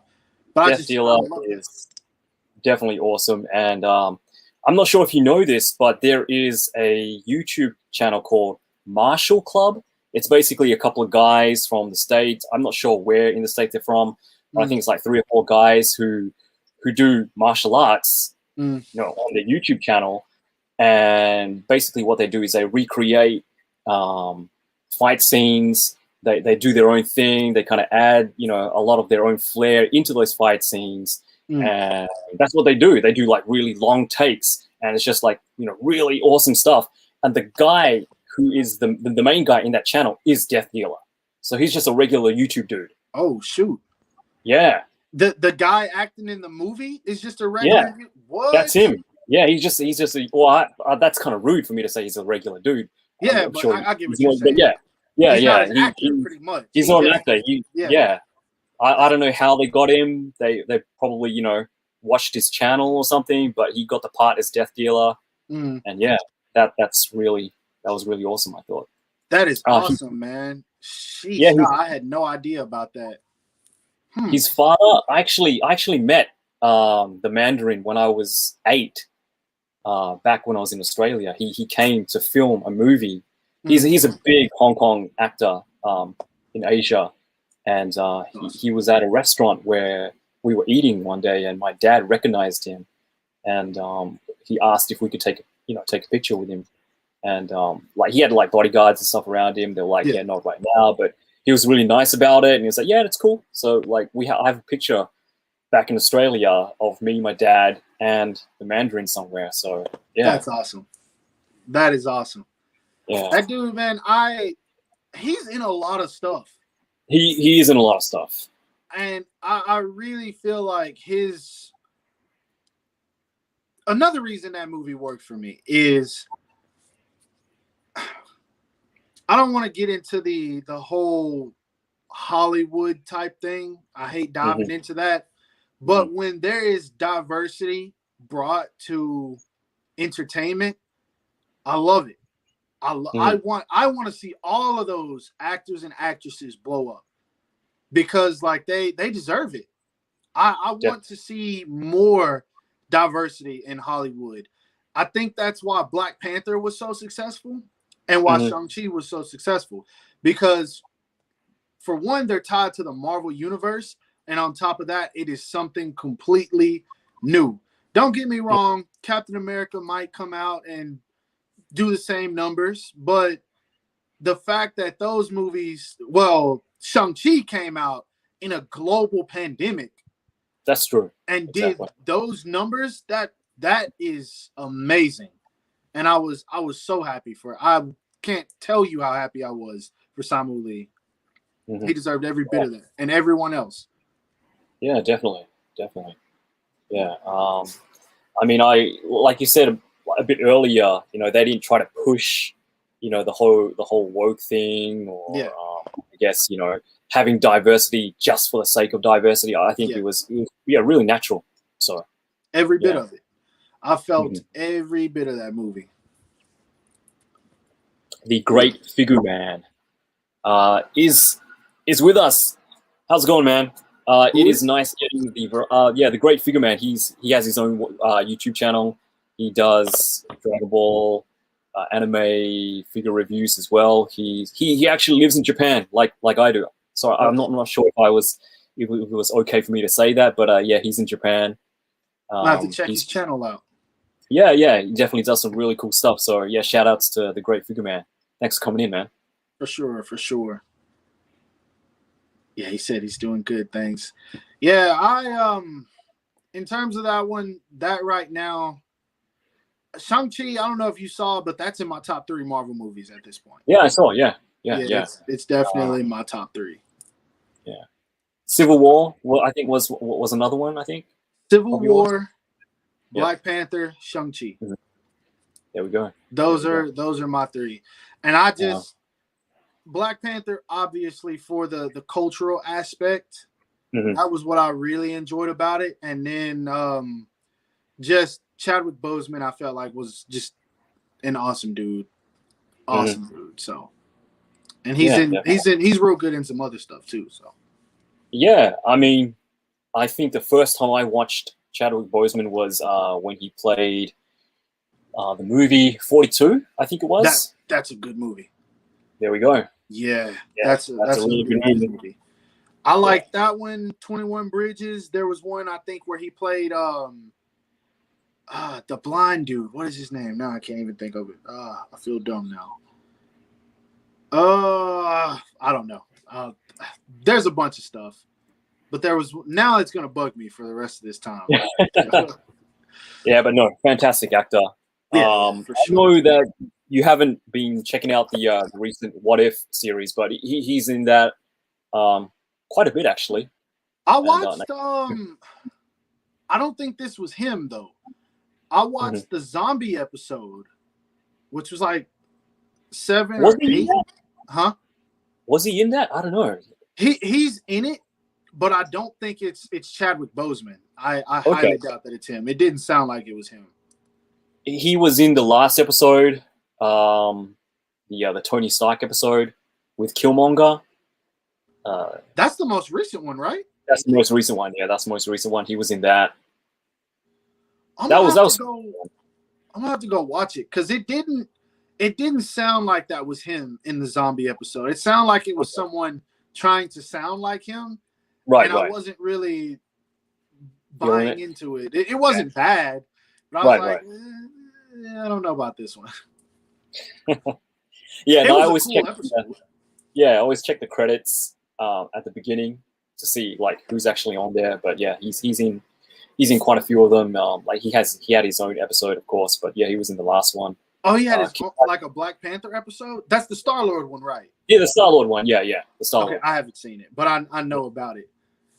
Yeah, I wasn't something about the What If didn't really like resonate with me. I knew I didn't care too much to see it once they announced it. I was like, it sounds like there are some cool concepts, but Black Panther is Star-Lord, and none of that really resonated with me to the point to where I was like, I want to go check this out. But then Avengers and Zombies did. So I was like, okay. I skipped to that episode and I watched it probably the other night. And I kind of enjoyed it, but I felt like it was way too much comedy for me. Okay. That was the only thing that I'm not gonna say ruined it, but I feel like it took away from a whole lot of it. Like the comedic Ant-Man, it was just his head. It was kind of annoying. And then Bruce Banner as Hulk kind of I was like, all right, look, calm down with the jokes. I get it. You're in a zombie apocalypse. Take it seriously, will you? Because I thought it was so cool that the zombies were able to utilize the Avengers' abilities. Right? Exactly. I thought that was awesome. And Bucky, my favorite character, he was awesome in there too. So, yeah. I mean, like, I guess they're trying to. I think they are tying it into the main Marvel Cinematic Universe. They're probably. I think they're going to have like. If you haven't seen the episode already, they're going to have like a version of Doctor Strange from that series in the movies. But yeah, I think they're like as a standalone like anthology kind of series, just fun kind of quirky stories. It works well, I think. Yeah, for sure. It's just not. It's like not for me. That's all it is. But I respect it for what it is. I like the actually the only thing I finished that Marvel has put out on Disney Plus is Falcon and Winter Soldier. Okay. I never finished WandaVision, and I didn't even try Loki. I just wasn't really all that interested in those. I'll probably watch them before like the next Avengers phase begins, but I just wasn't really. I tried watching 4 episodes of WandaVision and it just didn't work, which I kept hearing it gets better after this. But I just didn't go back and finish it. As far as Loki, like I said, eventually I will. Yeah. I think a lot of people, I think their favorite for a lot of people was probably Loki or WandaVision, and I think you've got to be like really into Marvel, the characters, to appreciate it, I guess. But yeah, I mean, we'll see how it goes. Yeah, I think that's why Falcon and Winter Soldier works for me, just because I mean, Winter Soldier's already my favorite character, and then you have Anthony Mackie, who is. I didn't care about his character as much, but it was still cool to see, okay, well, he's going to become the next Captain America. And then I really loved how they brought back Zemu, I think is his name. The guy who Zemo. Sorry. From Civil War. I was like, it's awesome. They brought him back. Cool. And then we get the Dora Mahale, however you say that. They come in, and I'm like, there's things to this story that are making me enjoy it more, even outside of just seeing what's gonna happen with Bucky next. So that's why that one worked for me. Yeah, no, I enjoyed the series as well. Yeah, definitely. It was I guess it was more Marvel than some of the other series, but yeah, definitely still a lot of the action scenes were pretty cool. I thought the first action scene with the Falcon when he's flying around chasing the helicopter, that was cool. That awesome. One was a long scene too. I remember that when I first watched it, I was like, man, it feels like this scene's been going on for like an hour. Yeah, that one was just awesome to me. It's nice getting variety. I missed it, but it's great to see you guys. Y'all look good. I appreciate that. The Black Sinju. Somebody says, oh, the great Figure Man says we got to meet up one day. Sure, he's talking to you since y'all are both in Japan. Definitely, yeah. When the pandemic dies down, yeah, definitely we'll definitely meet up, man. Absolutely. Yeah, he says WandaVision was pretty dope too. Yeah. I'm gonna have to go back and watch that. I just gotta. I'm so bad about doing it. What I'll do is I will say, all right, I'm gonna watch this, and then I do the complete opposite. Like I was supposed to watch The Boys like 3 months ago at this point. I was like, yeah, I'm gonna watch. I picked up the figure. I was like, you know what? This figure's cool. I'm going to watch the series. It's time. If anyone has an Amazon account that they're willing to share, let me know. I had like 3 or 4 people hit me up. They're like, yo, here's my information. Go watch it and tell me what you think. I was like, all right, I'm about to do it. What do? I start a arc on One Piece that I've already seen. That's like 110 episodes, and that's what I did. Yeah. But that's what I do. Like I'm horrible. I just started rewatching Naruto Shippuden not even a month ago. Probably about 3 weeks. I'm 176 episodes in.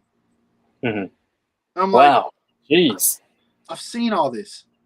Like just last night, I finished watching. Like I'll stay up late. I'm horrible about it. Even knowing I have to work, I will. It's going to come back on me one day. But once I get started, even though I know what's going to happen next, I can't stop. Like last night, I just watched, you've seen Naruto, right? I have. Yeah, I have. I just watched the Tale of Naruto Uzumaki episode, which is where he confronts Nagato. The whole village accepts him and he comes back and everyone's celebrating his victory. And I'm sitting here like, I love this. Like getting emotional, like, oh man, Naruto, he really did it. And I'm like, I've seen this 3 or 4 times, but I just always come back to it. Yeah, no, I totally get that. Like for new stuff, I think you just really got to be in the mood. Yeah, And the stuff that you've seen before, you know how you're going to feel about it. So you yeah. know you're going to be in for something good. So I think that's what makes you stay. So no, I think I totally feel it. Yeah, yeah, you're right. You're yeah, definitely right about that. yeah. Um, let's see. Someone says The Boys is great. I've Have you heard. seen that? You haven't seen that, right? I have not. Okay, okay, Not a right. single episode. But I've kind of been spoiled. I think I told you this. No, this wasn't The Boys. I got spoiled for Invincible. Okay, Have you seen that? I have. I really enjoy it. It's good. I had this coworker named Dalen. Uh-huh. We used to work these 12-hour shifts. And this was basically when all I was doing was screwing on panels for 12 hours. We worked building air conditioners, and he was right next to me, kind of like my partner. And I remember he kept telling me, watch Invincible, watch Invincible, watch Invincible, watch Invincible. People on Instagram, watch Invincible, watch Invincible. And I kept saying, all right, I'll get to it. I'll get to it. I'll get to it. And I came to work one day, and I had posted that I was going to watch it. Mm-hmm. I came to work one day. He was like, yo, did you like Invincible? I was like, yeah, it was cool, man. I enjoyed it. And he just went off. He's like, I know it was my fault. He didn't just go off. I think I asked him. I was like, yo, what was your favorite part? And he just spoiled everything, like from beginning to end. Omni-Man killed everyone. He beat the crap out of his son, and he did this. He's a cruel dude. And then he asked me what was my favorite part, and I was like, I don't know. I was like, I didn't watch it, bro. I just let you rant. He's like, you let me spoil everything. Why? I really didn't even care. Like it was to the point it didn't bother me that he spoiled anything. So Right. yeah. Yeah, I mean, if you do get around to it, I do recommend it. It is a good series. But I mean, now that you know everything, there really isn't any surprises.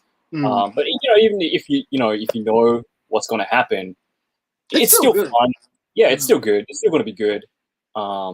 Like when the last episode of that season came out, and I'm sure I saw one of your posts on Instagram. I was like, oh, okay, so Ace has been watching this as well. But it was that I'm sure you've seen it, where you've got like one character leaning in front of another character who's on the ground, and he's like doing this.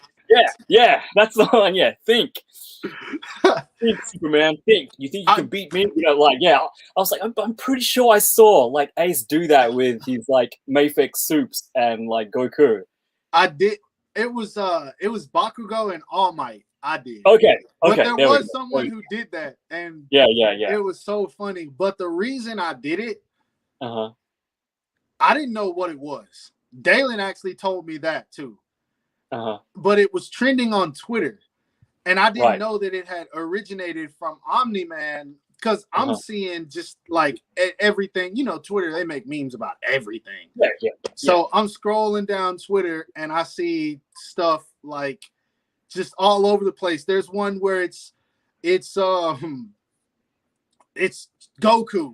doing it to Frieza. He's like, you don't believe in Super Saiyans, but you killed our whole race because you were afraid of us. Think, Frieza, think. Just stuff like that. And I was like, man, these are really funny. I got to think of one. And so I just did the All Might and Bakugo.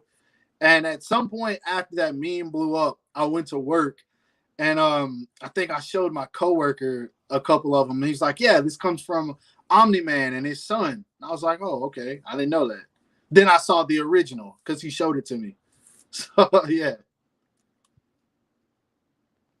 Did you freeze? You there? Uh-oh. Looks like he just froze. We're back. Sorry. We just cut out.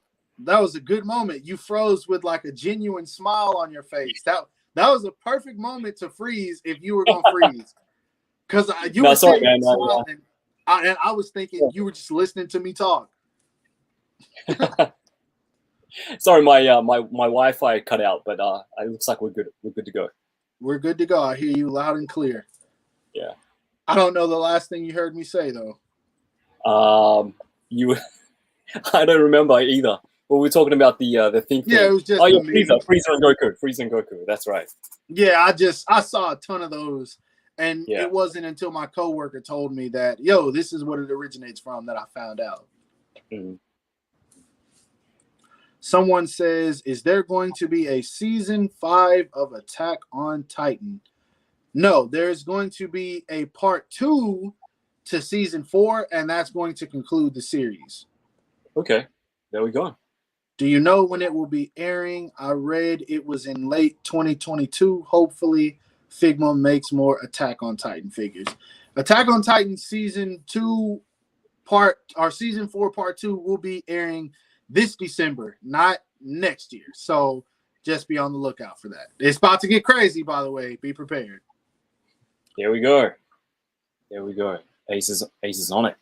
Yeah, I've been waiting on this one, man. Attack on Titan's where it's at for me. So I want to ask you, like, how did you get in? I think it might be a long question, but how did you get into anime? Like, what's your origin story of getting into this? As far as just watching it, growing up, Toonami would always come on, and so me and my cousin, we used to just watch everything. From regular cartoons to anime. It would go from Powerpuff Girls to Ed, Edd n Eddy to Dragon Ball Z, Rurouni Kenshin. All that stuff used to come on. Naruto, and I was just into it. I was into all that stuff. But as far as like really into anime itself, it started when I was 19. I had a lot going on in my life, and I was like extremely depressed.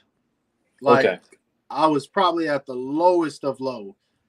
And I remember Soul Eater had aired on Cartoon Network. Soul Eater, yeah. And I loved it. It was new to me, but it was something that reminded me of my childhood. And for 3 weeks straight, I remember specifically, for 3 weeks straight, I waited every Saturday for that show to come on, because that was when it aired. It was just every Saturday on Toonami at night. And I remember I had this store called Hastings, which would be less than a mile from me now if it was still around. I went in there one day and they had Soul Eater, the entire series, on DVD.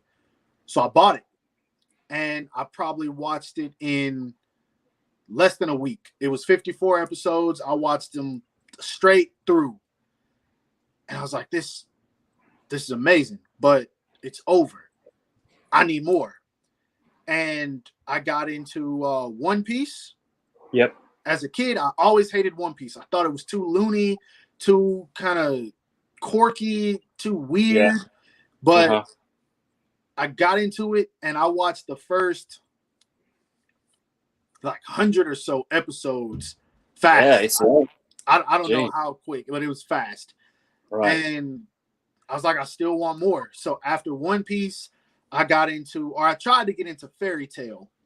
I watched like 60 episodes of it, but it just didn't resonate with me completely. So I kind of that's quite a bit though. Yeah, I watched a lot of it, but it's because I bought them. Like, I was so into anime, I would buy it. This was before I had Crunchyroll or any of that. So I bought it. I bought the first 3 collections, I think is what it was. They were like 20 episodes a piece or something like that. And I bought all of One Piece too, all those episodes I mentioned. And it was just me going back and forth, just diving into everything. And at first it was all action anime. That's all it was. And then I remember I went to my cousin's house, and he was watching something called Air Gear. It was an anime about do you know Air Gear? I don't. Air Gear. It's literally an anime about a guy who roller skates, but he makes it look so cool. Like, I'm talking about jumping. Like, even sports anime are so over dramatic that they're very entertaining. Yeah. And Yeah. it's just this nerdy. Well, he's not nerdy. Just this dimwit like kid who learns to skate. He meets this gang. It's 24 episodes, and they just skate all over the city. They have some problems. They go to a competition.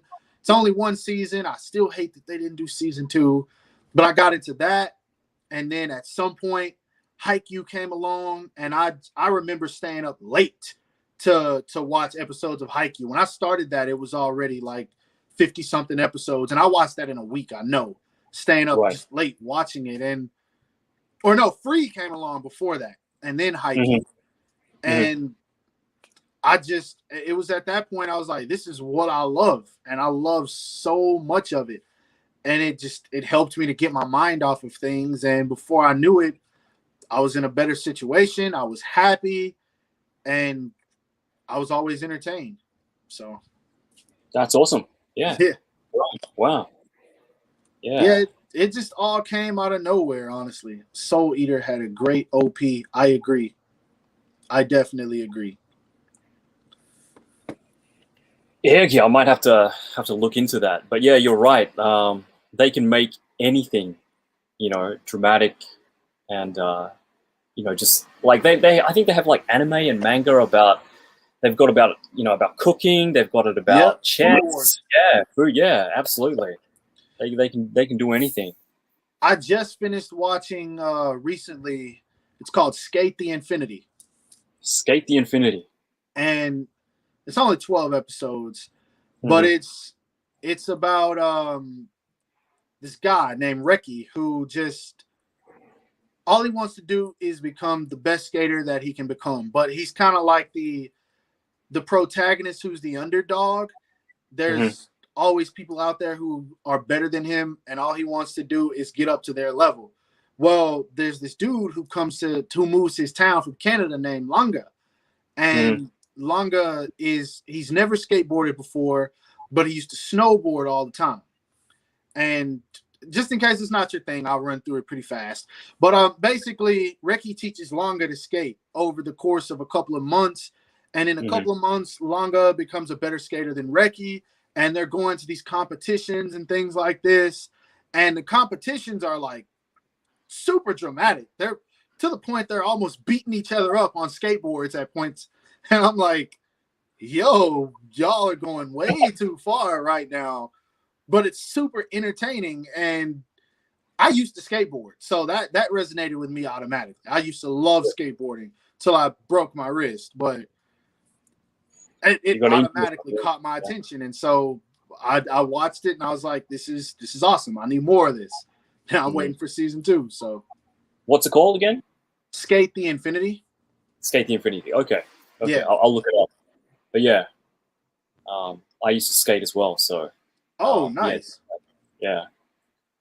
Kirby Kai. Hey, how's it going, man? I need some Gantz figures. Did you ever watch Gantz? I've heard of it. I don't think I've seen that one.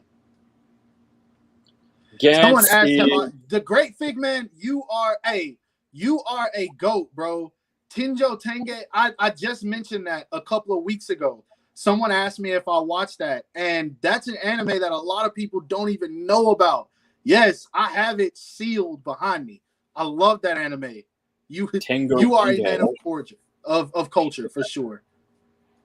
There we go. Are you related to Terrence Howard? Why do I say Maine a lot? Who's Terrence Howard? I'm sorry. Who's Terrence?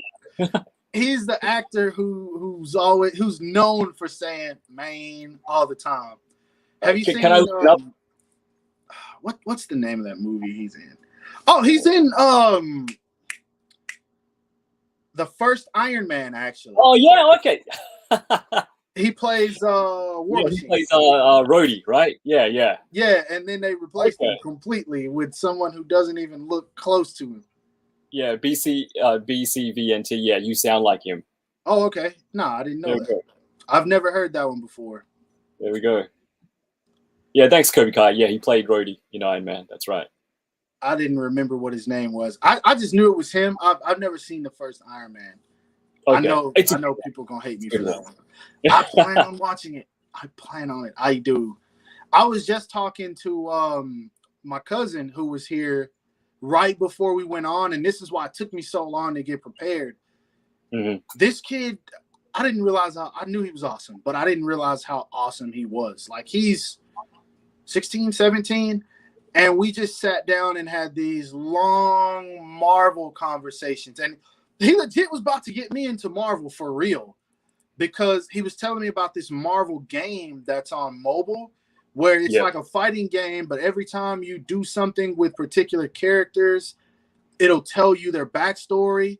And he was introducing me to Marvel characters, and he was explaining them to me, and I'm going back and forth with him, not even realizing how much about Marvel I actually know, which to the most Marvel fans is probably like, man, you don't know anything. But I was like, wow, I can't believe I know this about this character. I'm surprised. But we had like a 2-hour conversation just about Call of Duty and a bunch of Marvel stuff. And I'm at the point now, it's like, I want to go read some Marvel comics, some more. He's talking to me about like Hulk, like this super powerful Hulk, and all these like flame type characters. I'm a sucker for flames anyway. So I'm like, all right, got to check this out. There we go. Yeah. Yeah, comics. Like, I used to collect comics. Like, I mean, I know my channel's mainly known for Dragon Ball and, you know, sometimes anime, but I think I started collecting comics like way before I got into, you know, anime. So, yeah, Spider-Man. Like, I was always a Marvel guy. I know you're a DC guy, but I was always into Marvel. Spider-Man, X-Men. Those guys were my main go-to. But I got you. Yeah. I like the animated series stuff. I liked X-Men the animated series. I love that, actually. Spider-Man the animated series. The 90s one? Yeah, for sure. Well, in terms of X-Men, I liked both. I liked the 90s one, which is, I guess it's called X-Men animated series, I believe. Right. And then I really loved X-Men Evolution also. Okay. I love Evolution. That one. You haven't? I haven't, no. What? No. If you like X-Men, you have to check out Evolution. Okay. Have to. I think you'll like it. It was really good.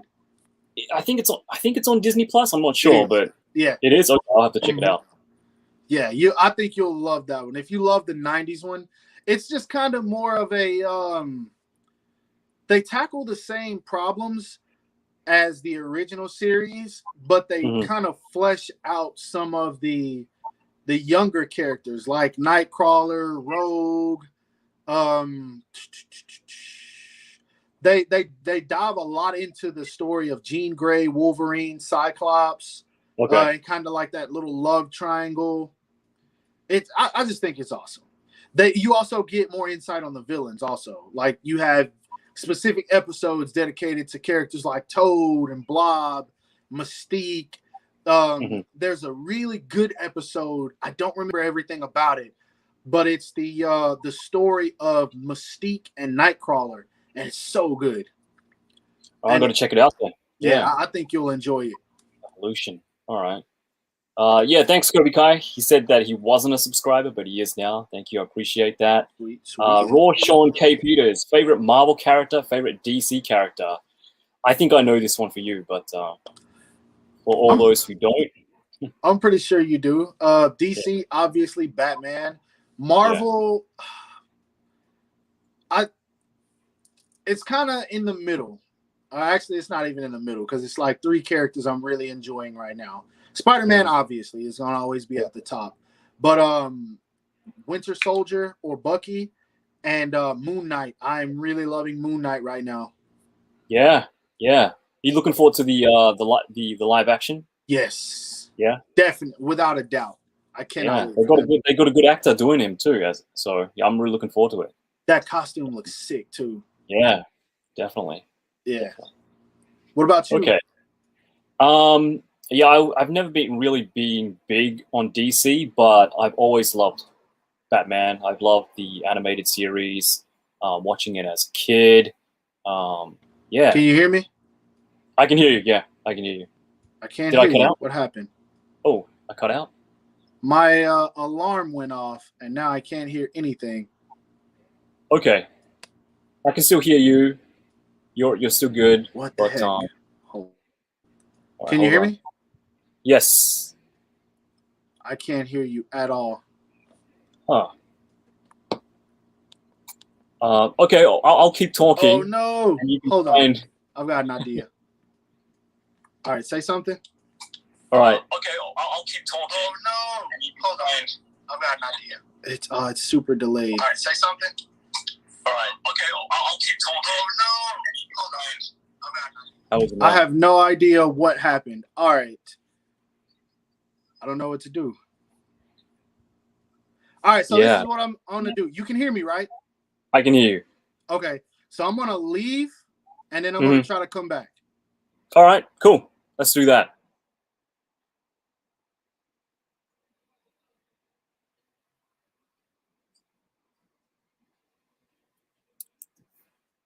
All right, guys. Sorry, just a bit of technical difficulties, but we're going to get Ace back on. I'm just going to send him the link again. So hopefully he can get back on. But yeah. All right, there we go. There we go. Can you hear me? I can. Cool, I hear you. All Sweet. good. All right, fantastic. All right, there we go. Easy That was fix. weird. Yeah, that was my alarm for my protein at the time. I was going to go make it, but I'll do that later. Are you sure? You can. Yeah, for sure. All right, It doesn't matter what time I take it. Okay, cool. I was worried. I was like, what the heck did I do wrong here? All right. But yeah, favorite DC character, yeah, like I said, Batman. Love the animated series. Yes. Yeah, like just the whole like '90s Batman with huge cape.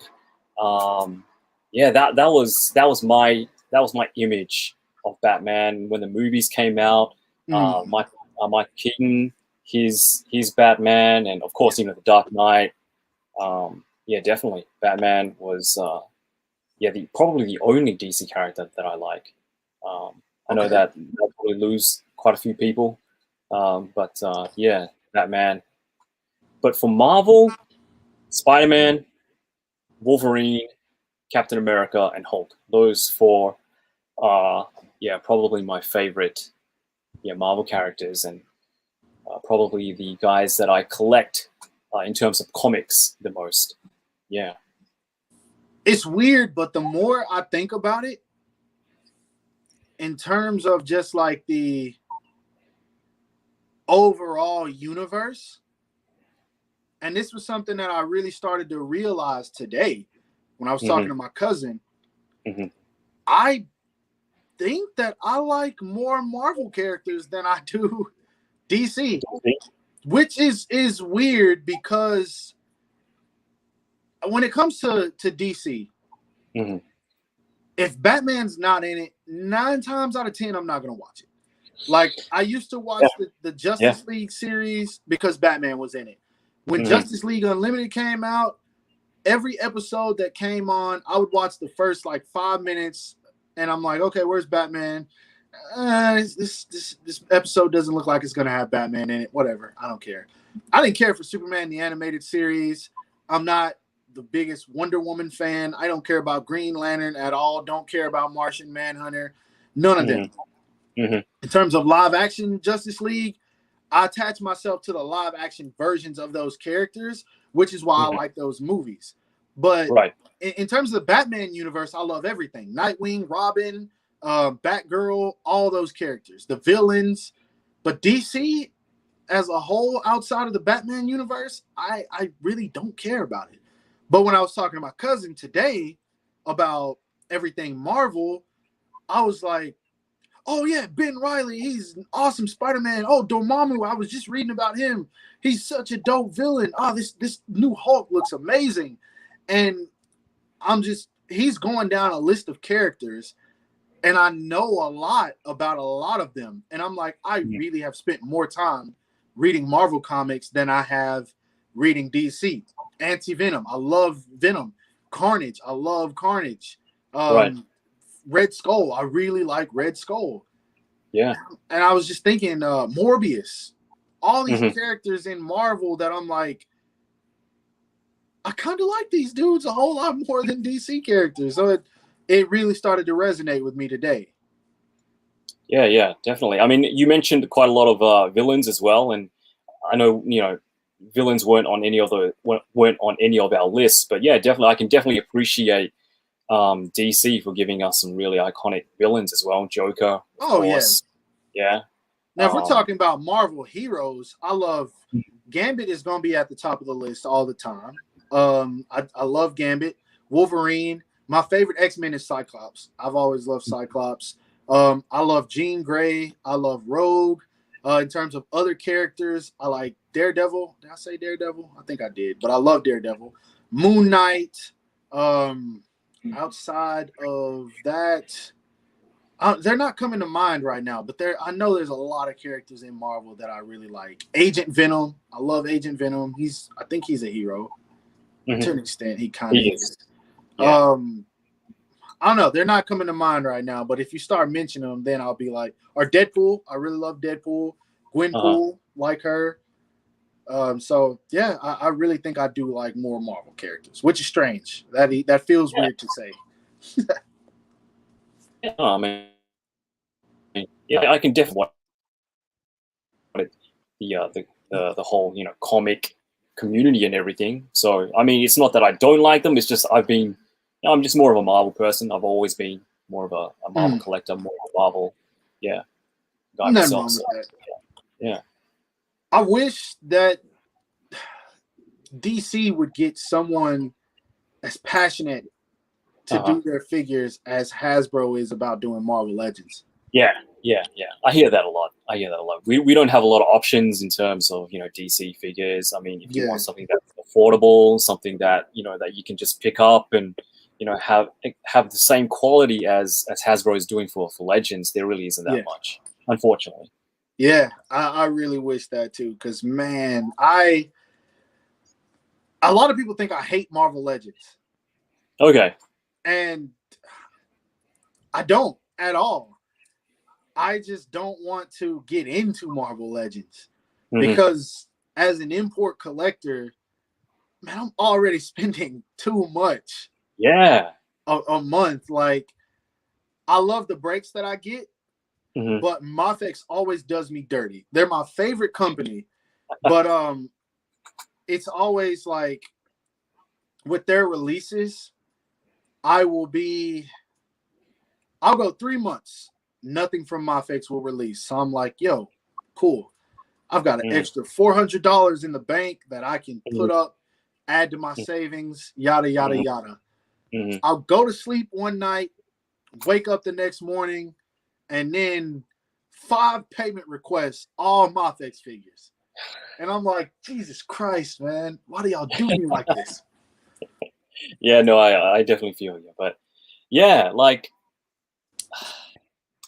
it's kind of like a love-hate thing with Mafex. Like they do some of the best representations of some of the characters that I really love, but it's just like waiting on them, Like I really want that new Iron Man.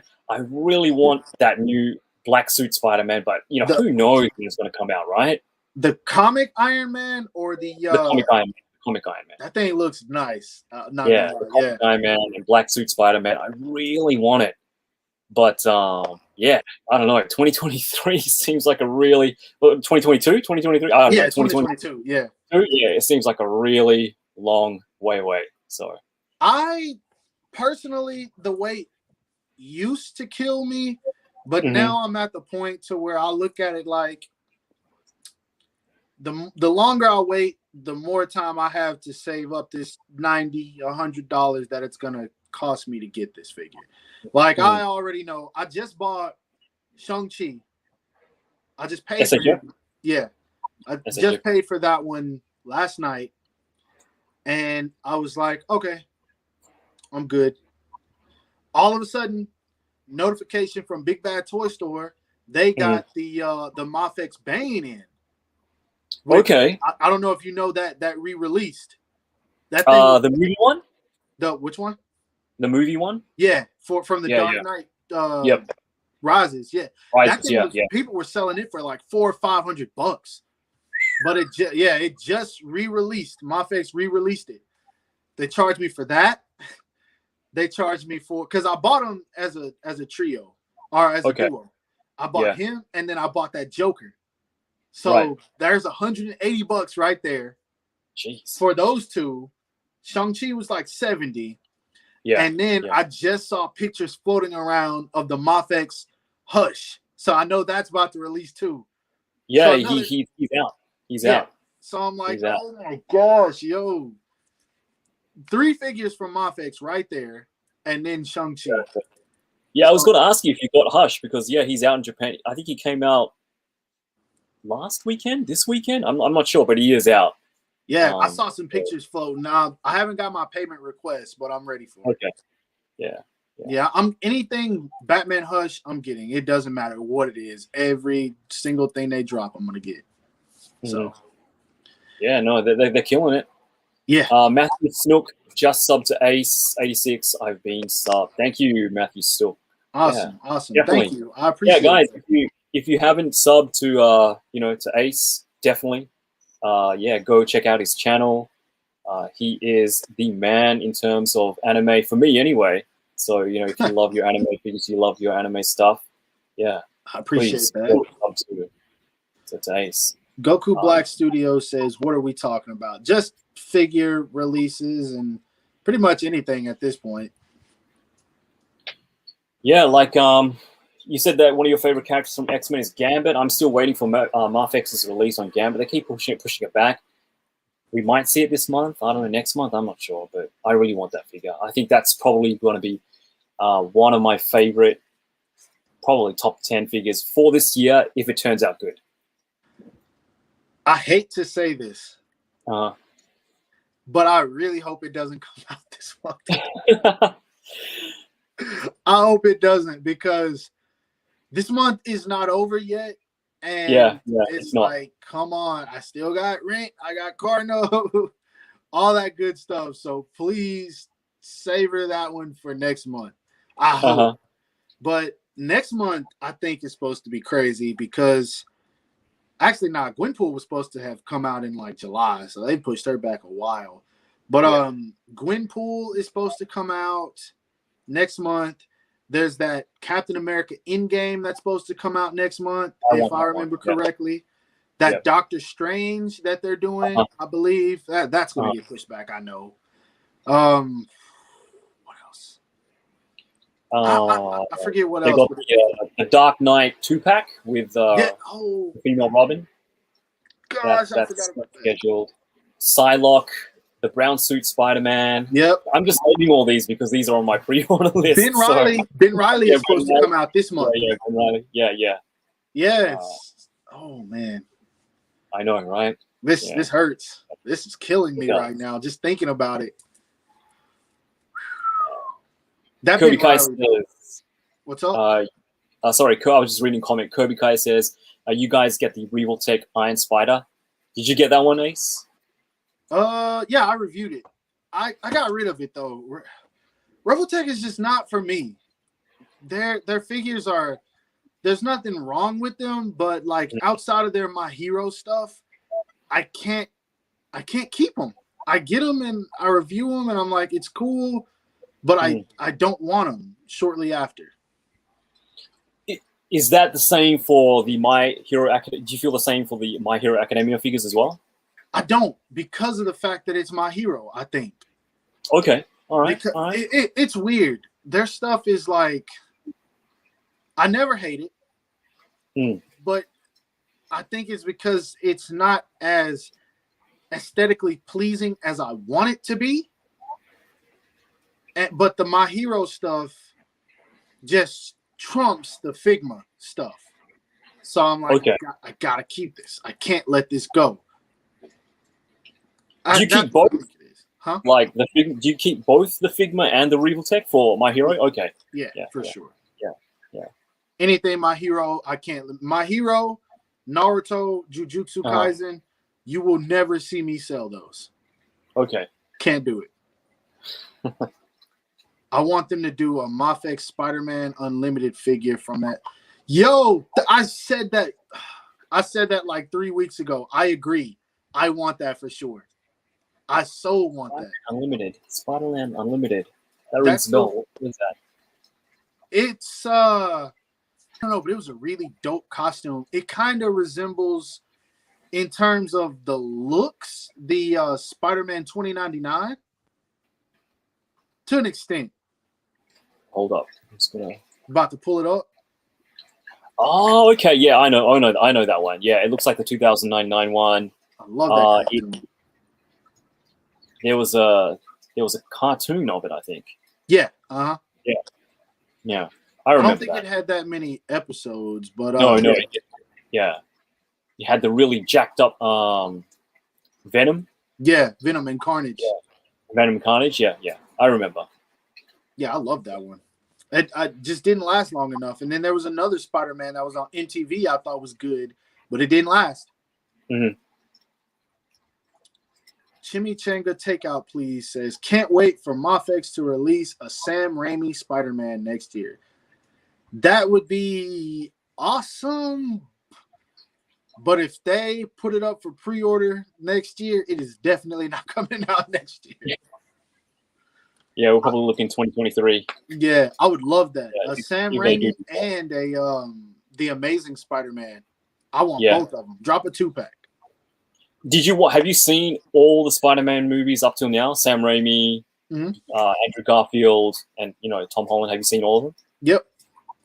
Can I ask you what, like, if you could rank them, just quickly, where would you have each movie? Spider-Man 2 from Spider-Man Sam Raimi is number 1. Yeah. I can't think of a Spider-Man that beats that one. And then Spider-Man 1 from the Sam Raimi, because I thought that one was good. I really love Green Goblin. Spider-Man Far From Home. Spider-Man Homecoming. And then the Amazing Spider-Man. Yep. Then Spider-Man 3. And then the last one. What's the last one? Like the the Amazing first Spider-Man 2. The Amazing Spider-Man. Yeah. Yeah. That's how I would rank those. Okay. Well, that's surprisingly similar to what I would say. Surprisingly similar. Like, yeah, the Raimi movies for me, 2 is still probably my favorite. I mean, I like Tom Holland. I really like Tom Holland, what he's done with Spider-Man. I think he plays like a really good high school Spider-Man, like both Spider-Man and Peter Parker.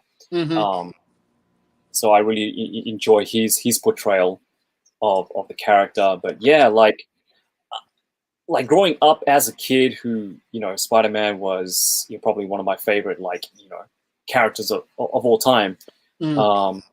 Watching that first Raimi movie and having him seeing him on the big screen as a live action, even to this day, it gives me tingles. Just having to see that.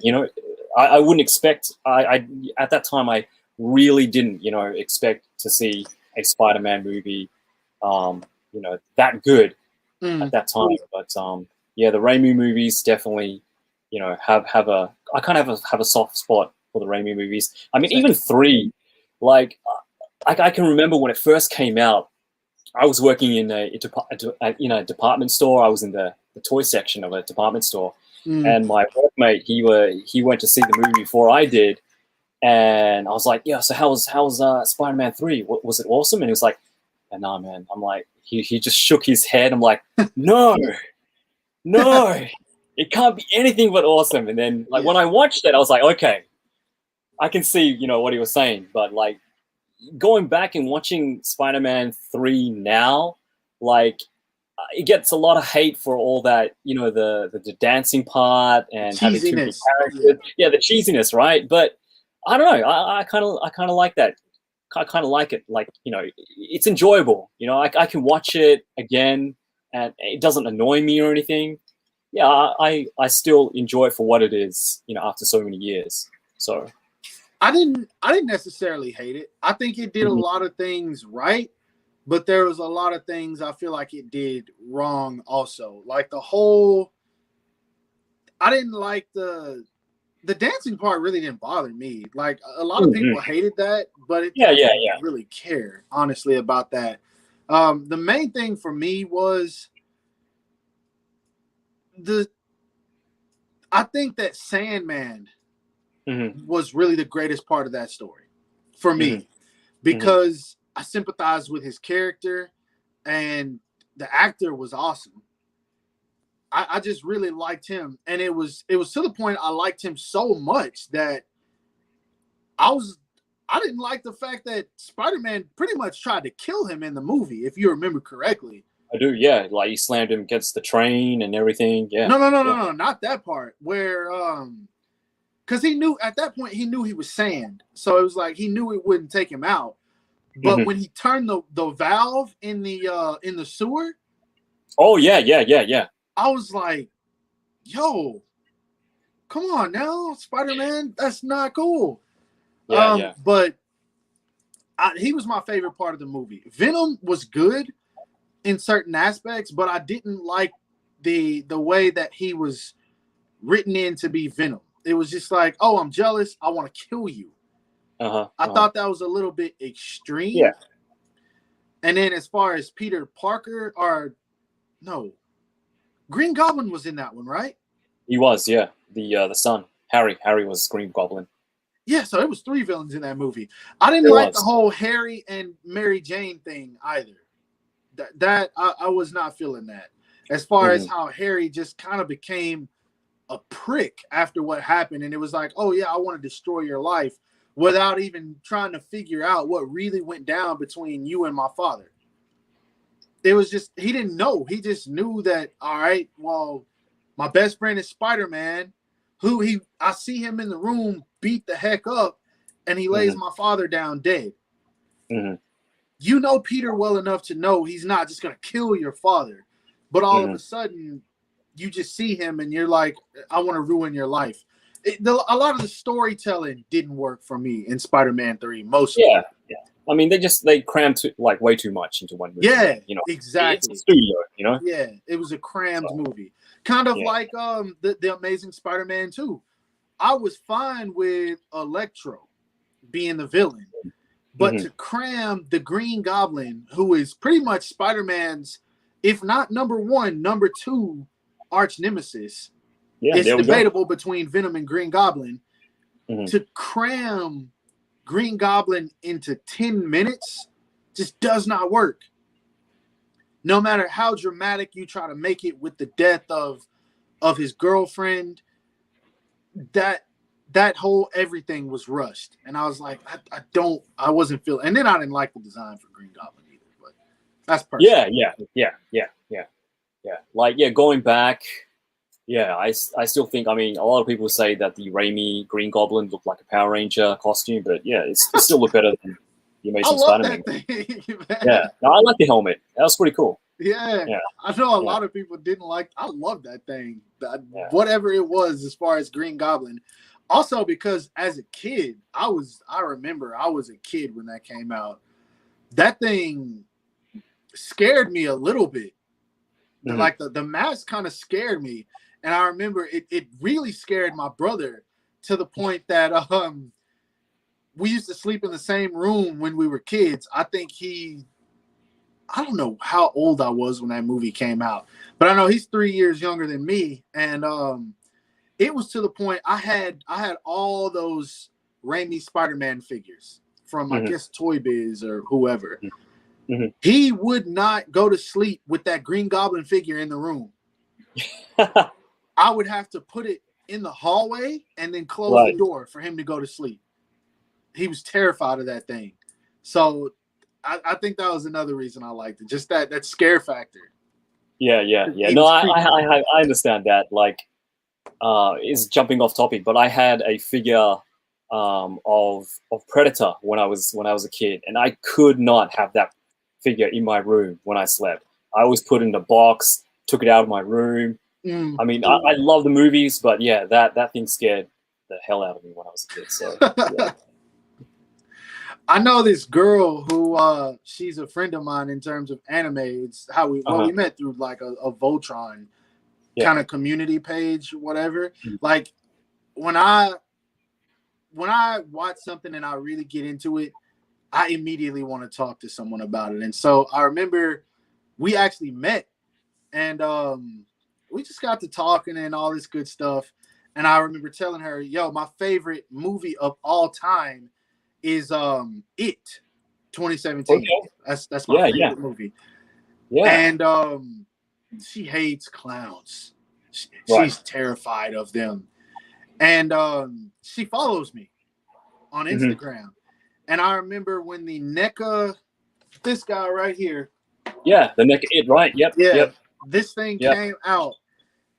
I was posting it like crazy. And I posted, it was kind of a creepy photo. It was him kind of like peeking through an open, like a slightly open door. Yeah. With a handout or something like that. And I remember she texted me after that, and she's like, if you keep posting that thing, I'm gonna have to unfollow you.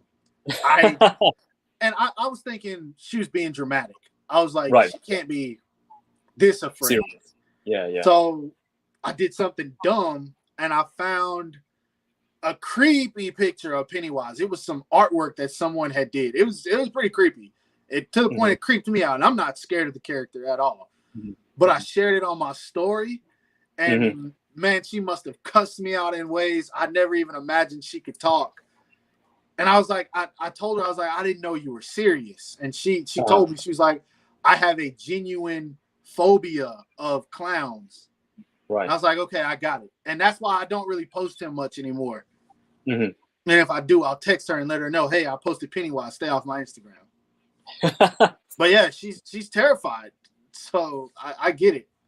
Yeah, no, everybody's got their thing. Yeah. I hate spiders, so. Oh, there we go. Yeah. There we go. Hate those things. Sorry, I really wanted to answer these questions, but have you seen a movie called Arachnophobia? It's an old one. I can't watch anything with spiders, man. With spiders? Okay. Yeah, I cannot. Yeah. I remember my mom blames it on my grandmother. I don't know how true this is, but my mom was like, your grandmother is the reason you're afraid of spiders, because when you were a kid, she let you watch that movie 8-Legged Freaks. Oh yeah. With like giant spiders. And I remember the first time I can remember being afraid of a spider. I remember I came home one night to my mom's house, and it wasn't a big house, but we had a really long hallway. My room was at the very back of the hallway. She had just picked me up from my grandma's, and I'm getting ready to go to the room, drop my stuff off. And I remember I walk into the hallway. I probably took 2 steps, and I see this huge wolf spider. And it probably wasn't even that big, but science says that. Science says. I like that.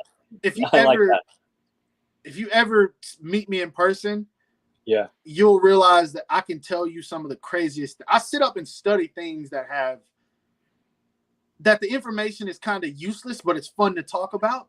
Yeah. I can't think of an example right now, but I know a lot of things that amount to nothing. But it's conversations. Yeah. It says that when you see something you're afraid of, your brain automatically makes you think that it's scarier than it is. So if you see something like a spider or a snake, your brain will try to make you think that it's bigger than it is, because of the fact it has this assumption that thing is dangerous. And prime example, have you ever, if you're not afraid of snakes, you probably won't even notice. But if you ever see a snake in a garden, and you're like, oh, I gotta stay away from that, and then you turn around and you see a garden hose, the first thing your brain thinks is, whoa, that's another snake, before you process what you're actually seeing. It's because they say your brain is still in that alert type mode.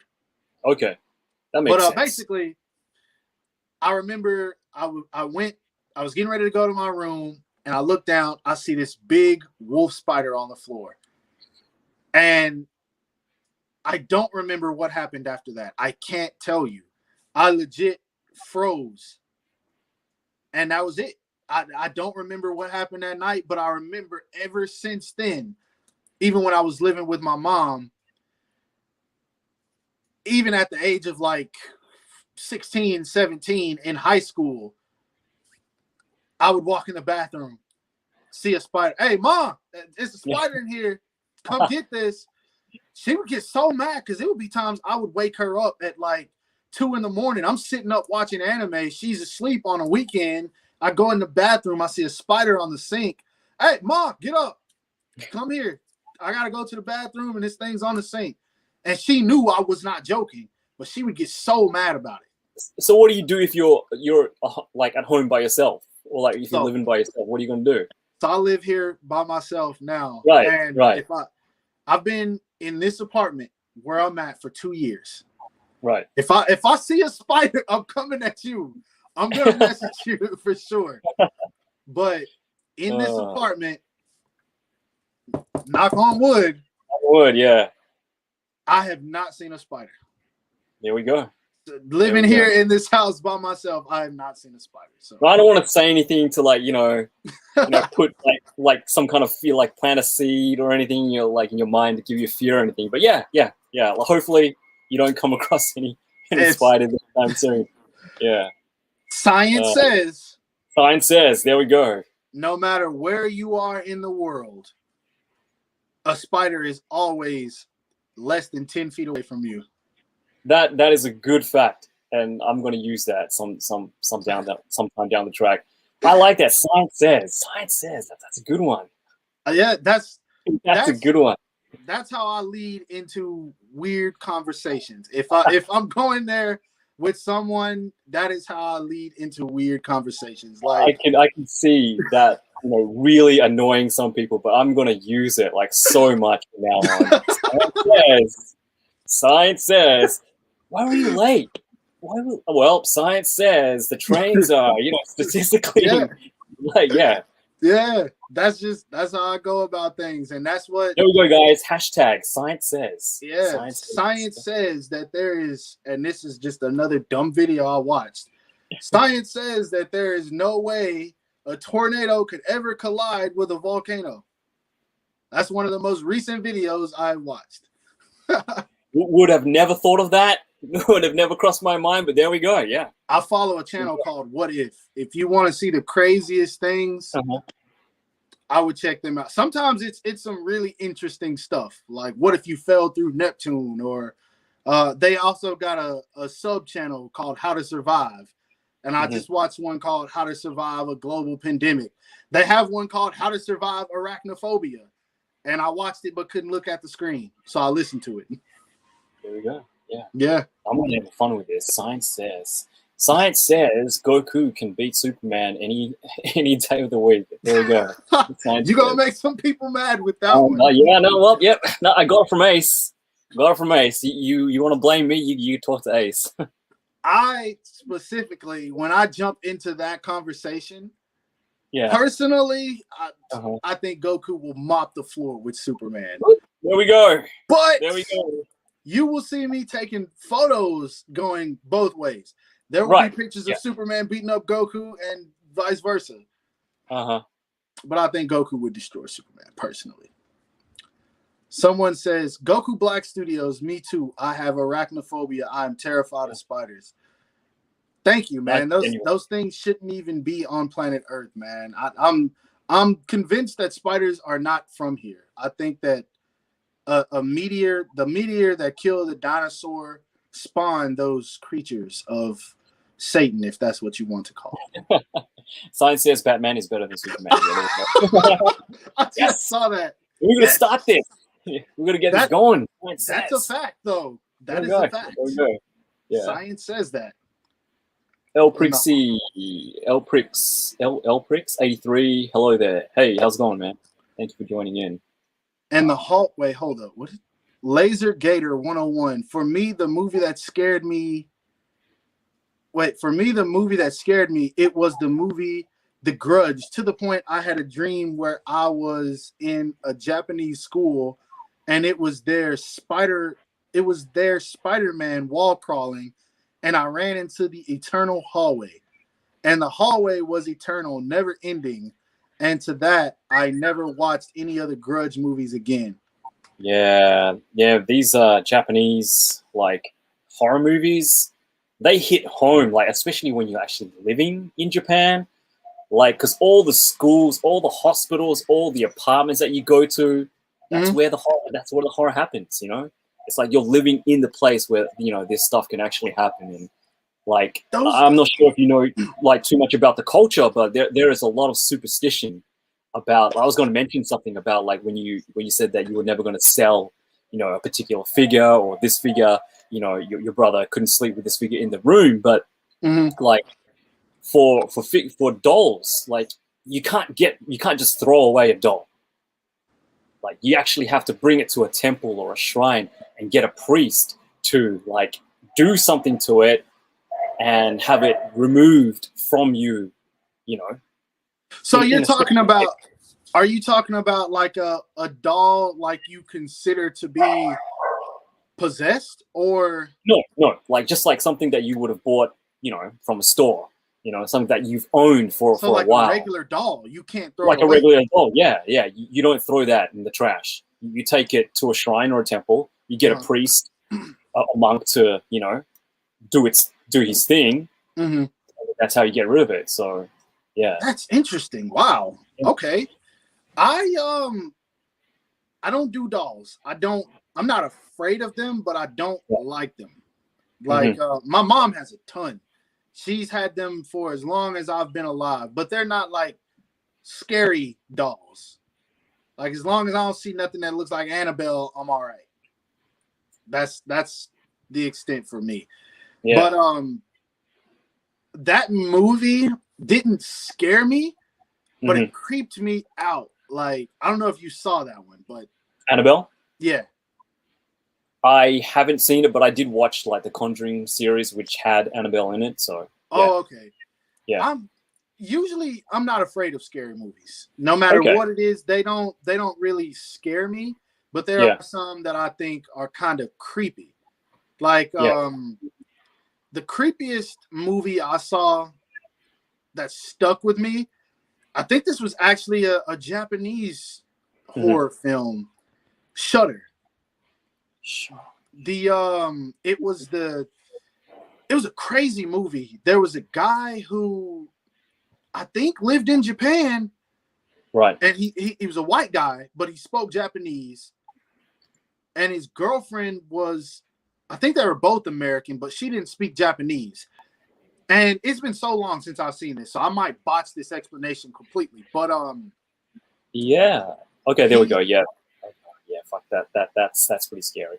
You looked it up. I'm looking up. Yeah, I'm Googling it right now. Yeah. She was a ghost that would like. She was in love with this dude, and if I need to stop, tell me. Yeah, no, go ahead.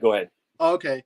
She was in love with this dude, and I think like him and his friends got drunk, and they ended up doing what drunk guys do when they're around a girl, and somehow she ended up dying.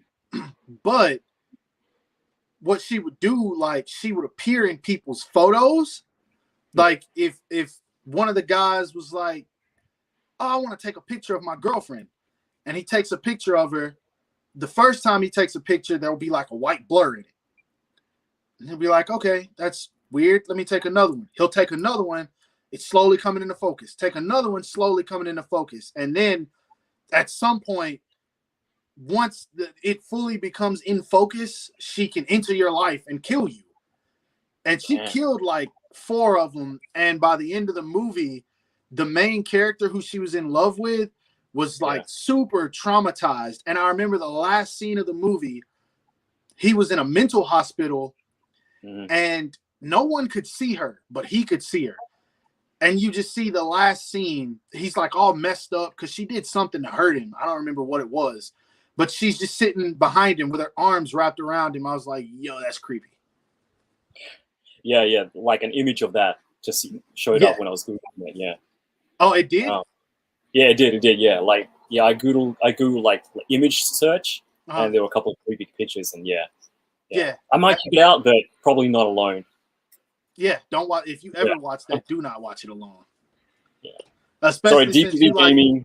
You like me, you like taking photos and stuff. So Yeah. You'll be creeped out taking pictures. Yeah, for sure. Sorry, DBZ gaming. I don't mean to ignore your question, but yeah, opinions on the Spectacular Spider-Man series from like 2009. Spectacular Spider-Man series. I thought it was awesome. I liked it. I don't think it was very popular, but I thought it was good for me.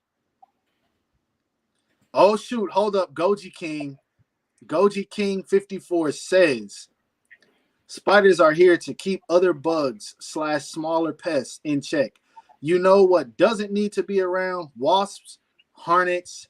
Some are literally xenomorphs in our world. So I look at it like this. There we go.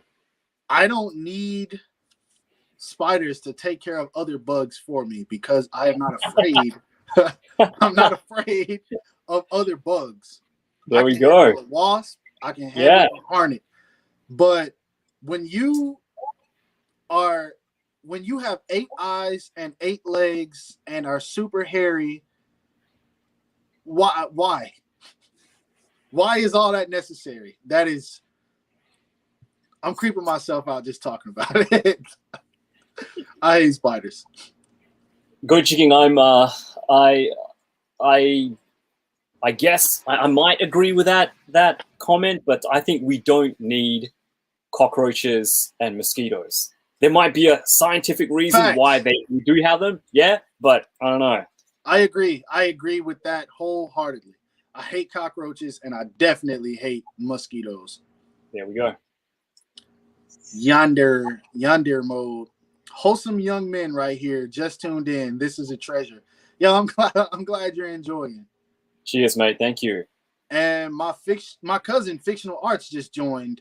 He said y'all should watch this Korean horror movie called The Bridge. I haven't heard of that, but send me that because I'm gonna check it out. Is that the one where it's? Do you mind if I talk about it a little bit? Yeah. Go all in. Okay. Is that the one with the cursed bridge where a couple of like young people are like trying to make a film about it, and they're trying to film like what goes on about that cursed bridge? I'm not sure if that's the same movie, but I have watched something that might be the same. Or there we go. Yeah, it is. Yep. Oh, you did? Yes, I have. He responded? Yeah, he did. Yes, it is. That's okay. Yeah. Okay. I've seen it. Yeah. It showed it's a more recent one, I think. Yeah. DBZ Gaming says, what are you guys' favorite anime? You know mine. But I think DBZ Gaming doesn't, so yeah, go ahead. Naruto forever. There we go. It'll never be Naruto for me. Yeah. I don't know. My favorite. You can say it. It's all right. That's a tough one, actually.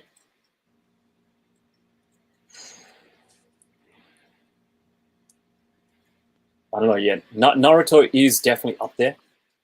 It's definitely up there. Rurouni Kenshin is up there as well.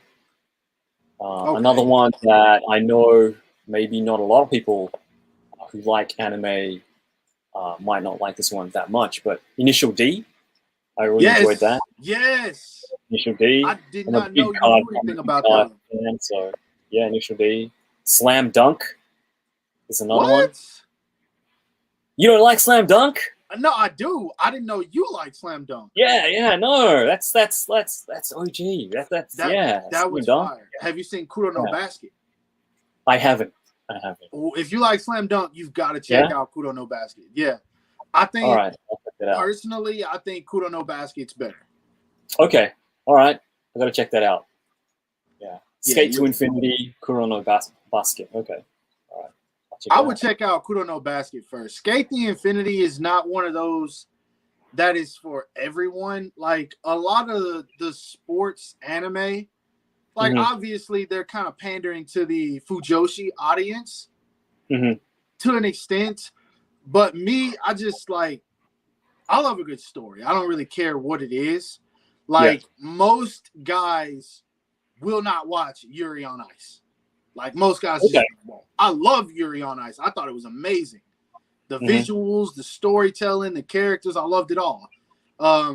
Some people say that about Haikyuu. Like some people are like, Haikyuu is for the Fujoshi, and I'm like, I can kind of see it, but I'm more interested in seeing Hinata grow because I want to know how he's going to become the king of volleyball, stuff like that. So Skate the Infinity, they kind of like hint at that when it comes to the two main characters a bit.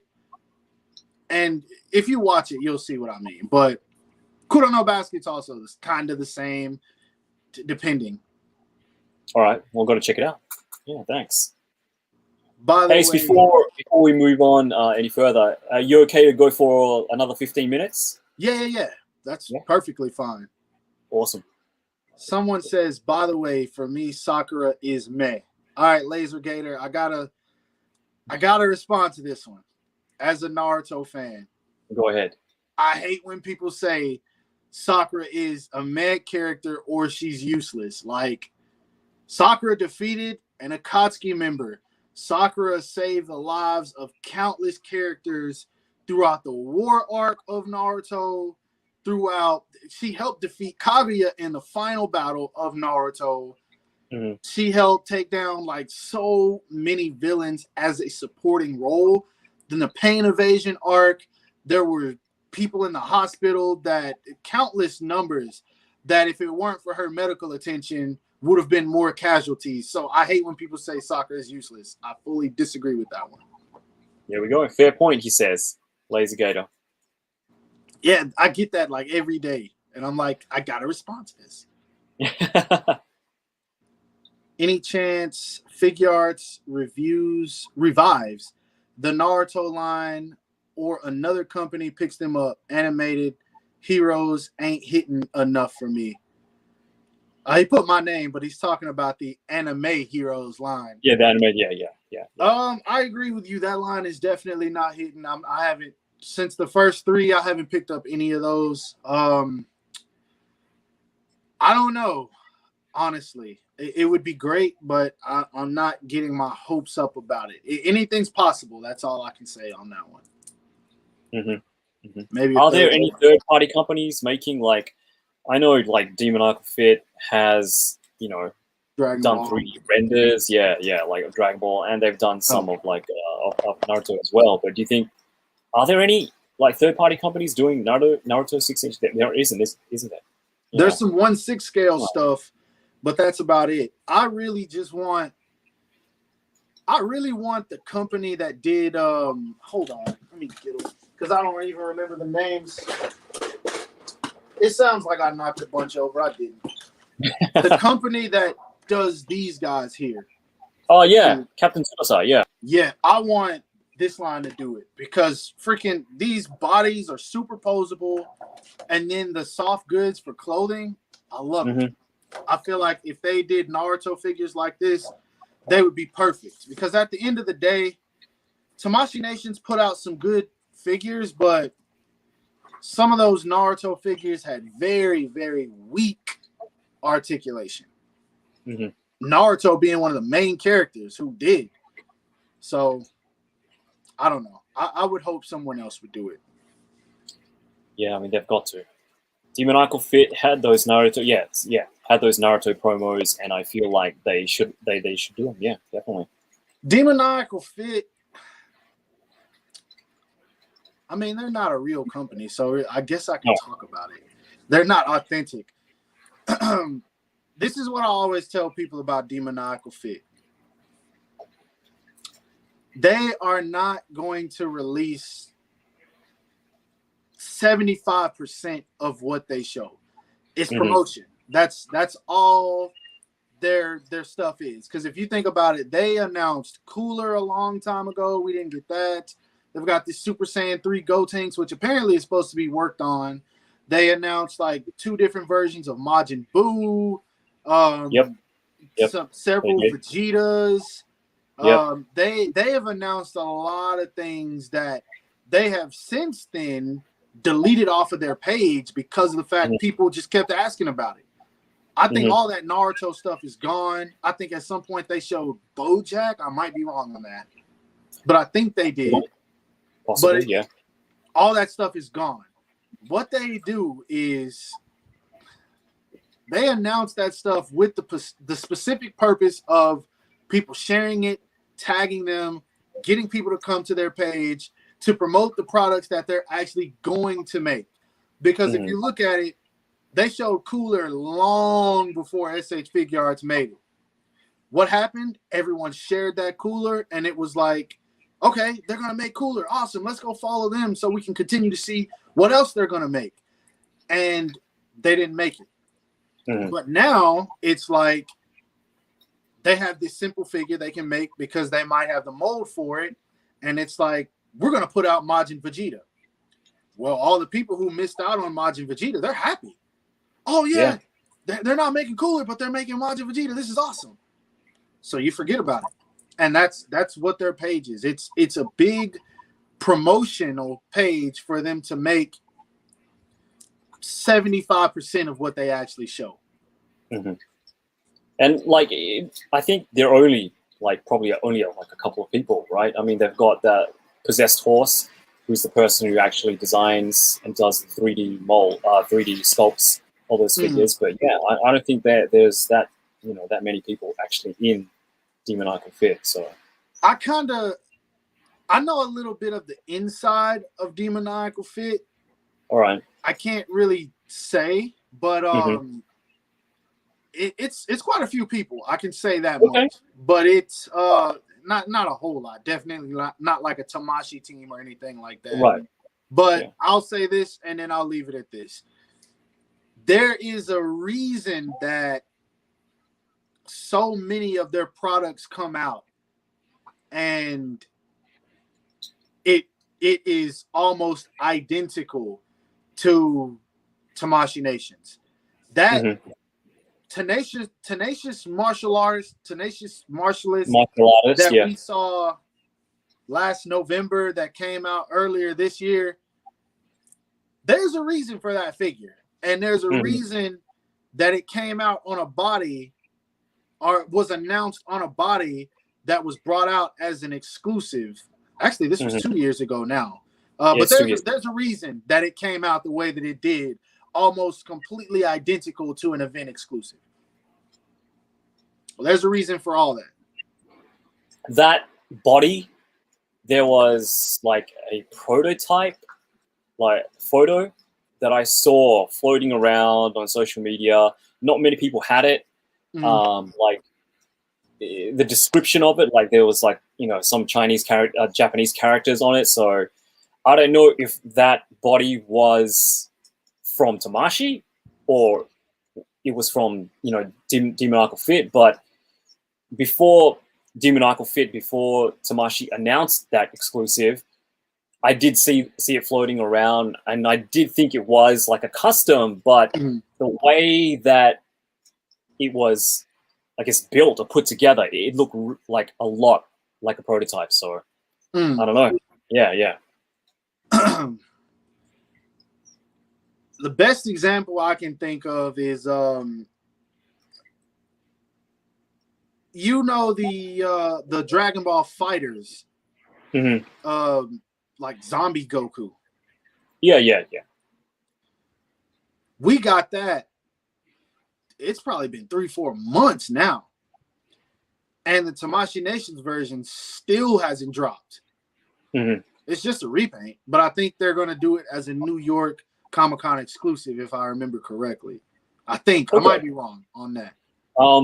It was a game event exclusive, so like pre-orders they're already up, and I think it's going to be shipped out in October. Yeah, something like that. But Demoniacal Fit was like, yo, we got this. They had that ready. The moment that Tamashi Nations announced that, within a month, we got the Demoniacal Fit. Yeah, that's true. So a lot of this stuff is stuff that people don't know. Like Tamashi Nations has a lot of stuff ready that people don't know. Like as far as like prototypes and stuff. They have a lot of prototypes already ready to be manufactured. That's how they keep up with their release dates.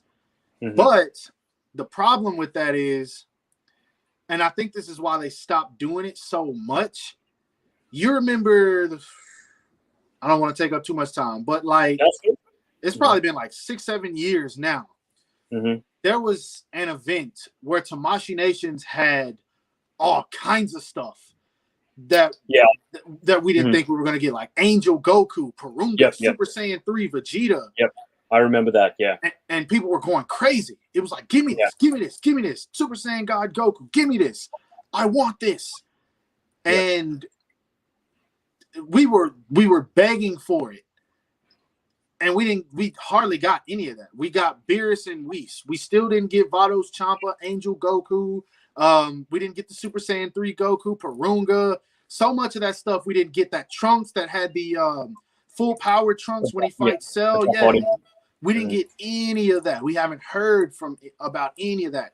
GT Goku, we didn't get that. None of it.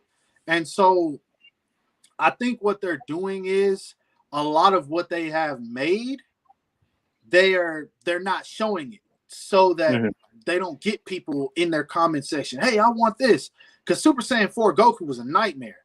Like literally everything that Tamashii Nations would post the past couple of years, you scroll the comments, give me Super Saiyan 4 Goku, I want it. And I think they kind of regretted showing that off and waiting so long, which now it's definitely going to be better than it was. So the wait was worth it. But I think just that having people to where they expect so much so quickly made them decide, all right, let's take some steps back, because we want to get them excited, but we don't want to get them to where their internet keyboards are going off all day, if that makes sense. Yeah, exactly. And I mean, there's always like a danger of showing too much too early. I mean, the pace that they're doing it now, that they've shown releases up to February, but I think within the next, like before the end of the year, I know we might see like half of what we're going to be getting for 2022. I know. Well, I can't say that. I almost said that, but I just want to see that Vegeta. That I want SS3. Nah, I don't think we're gonna get that one. But to my knowledge, I don't think we're gonna get that one. I want to see that full Saiyan. What do they call it? Proud Saiyan Prince. The one that they showed recently. Yeah, I don't. That thing looks cool to me. I really want that. I don't know why. That was at the Tamashii pop-up store in Tokyo, and again they had like they just had like some kind of like cloth rail that kind of separated me from the display, and nobody was there, and all I had to do was just reach over and grab the thing. But hey, that's how I felt. It looks good. It looks good. I want that thing, and I'm ready for that Kefla too. That Kefla is about to be. Yeah, that looks good. That looks good. Well, hey, we got 2 minutes left, so 2 minutes. I'll let you do your thing. Last question. Let's go in Laser Gator. Any thoughts on recent Dragon Ball SH figure arts being made in Vietnam lately? I really don't care where it's made, as long as it, they don't break when I play with it. So pretty much, I'm on board with it, because it's the only reason that we're getting everything on time. Tamashii Nations, despite, if you even want to call it a quality drop in terms of some figures, I haven't really seen a quality drop. I've seen a quality change. So I mean, I'm cool with it. We're getting them on time. We're not getting a bunch of delays. So I'm fine with it. There you go. Yeah. All right. Enlightened Comedy says y'all gotta collaborate more. This has been great. Yes, thank you so much. And on that note, Ace, thank you so much for today. Sure. It is always a pleasure to talk to you on any platform. But yeah, we got to do this again real soon. For sure. And yeah, I had a fantastic time talking to you. And thank you to everybody who joined us for, you know, my first YouTube live. I really appreciate it. Yeah, have a fantastic weekend. I will be talking to most of you, all of you soon. And Ace, yeah, I'll talk to you, yeah, a bit after this, all right? Yes, sir. Yes, sir. Yeah. Appreciate it, All bro. right. Yeah, anyway, catch you later, guys. Have a good one. And as always, yoroshiku.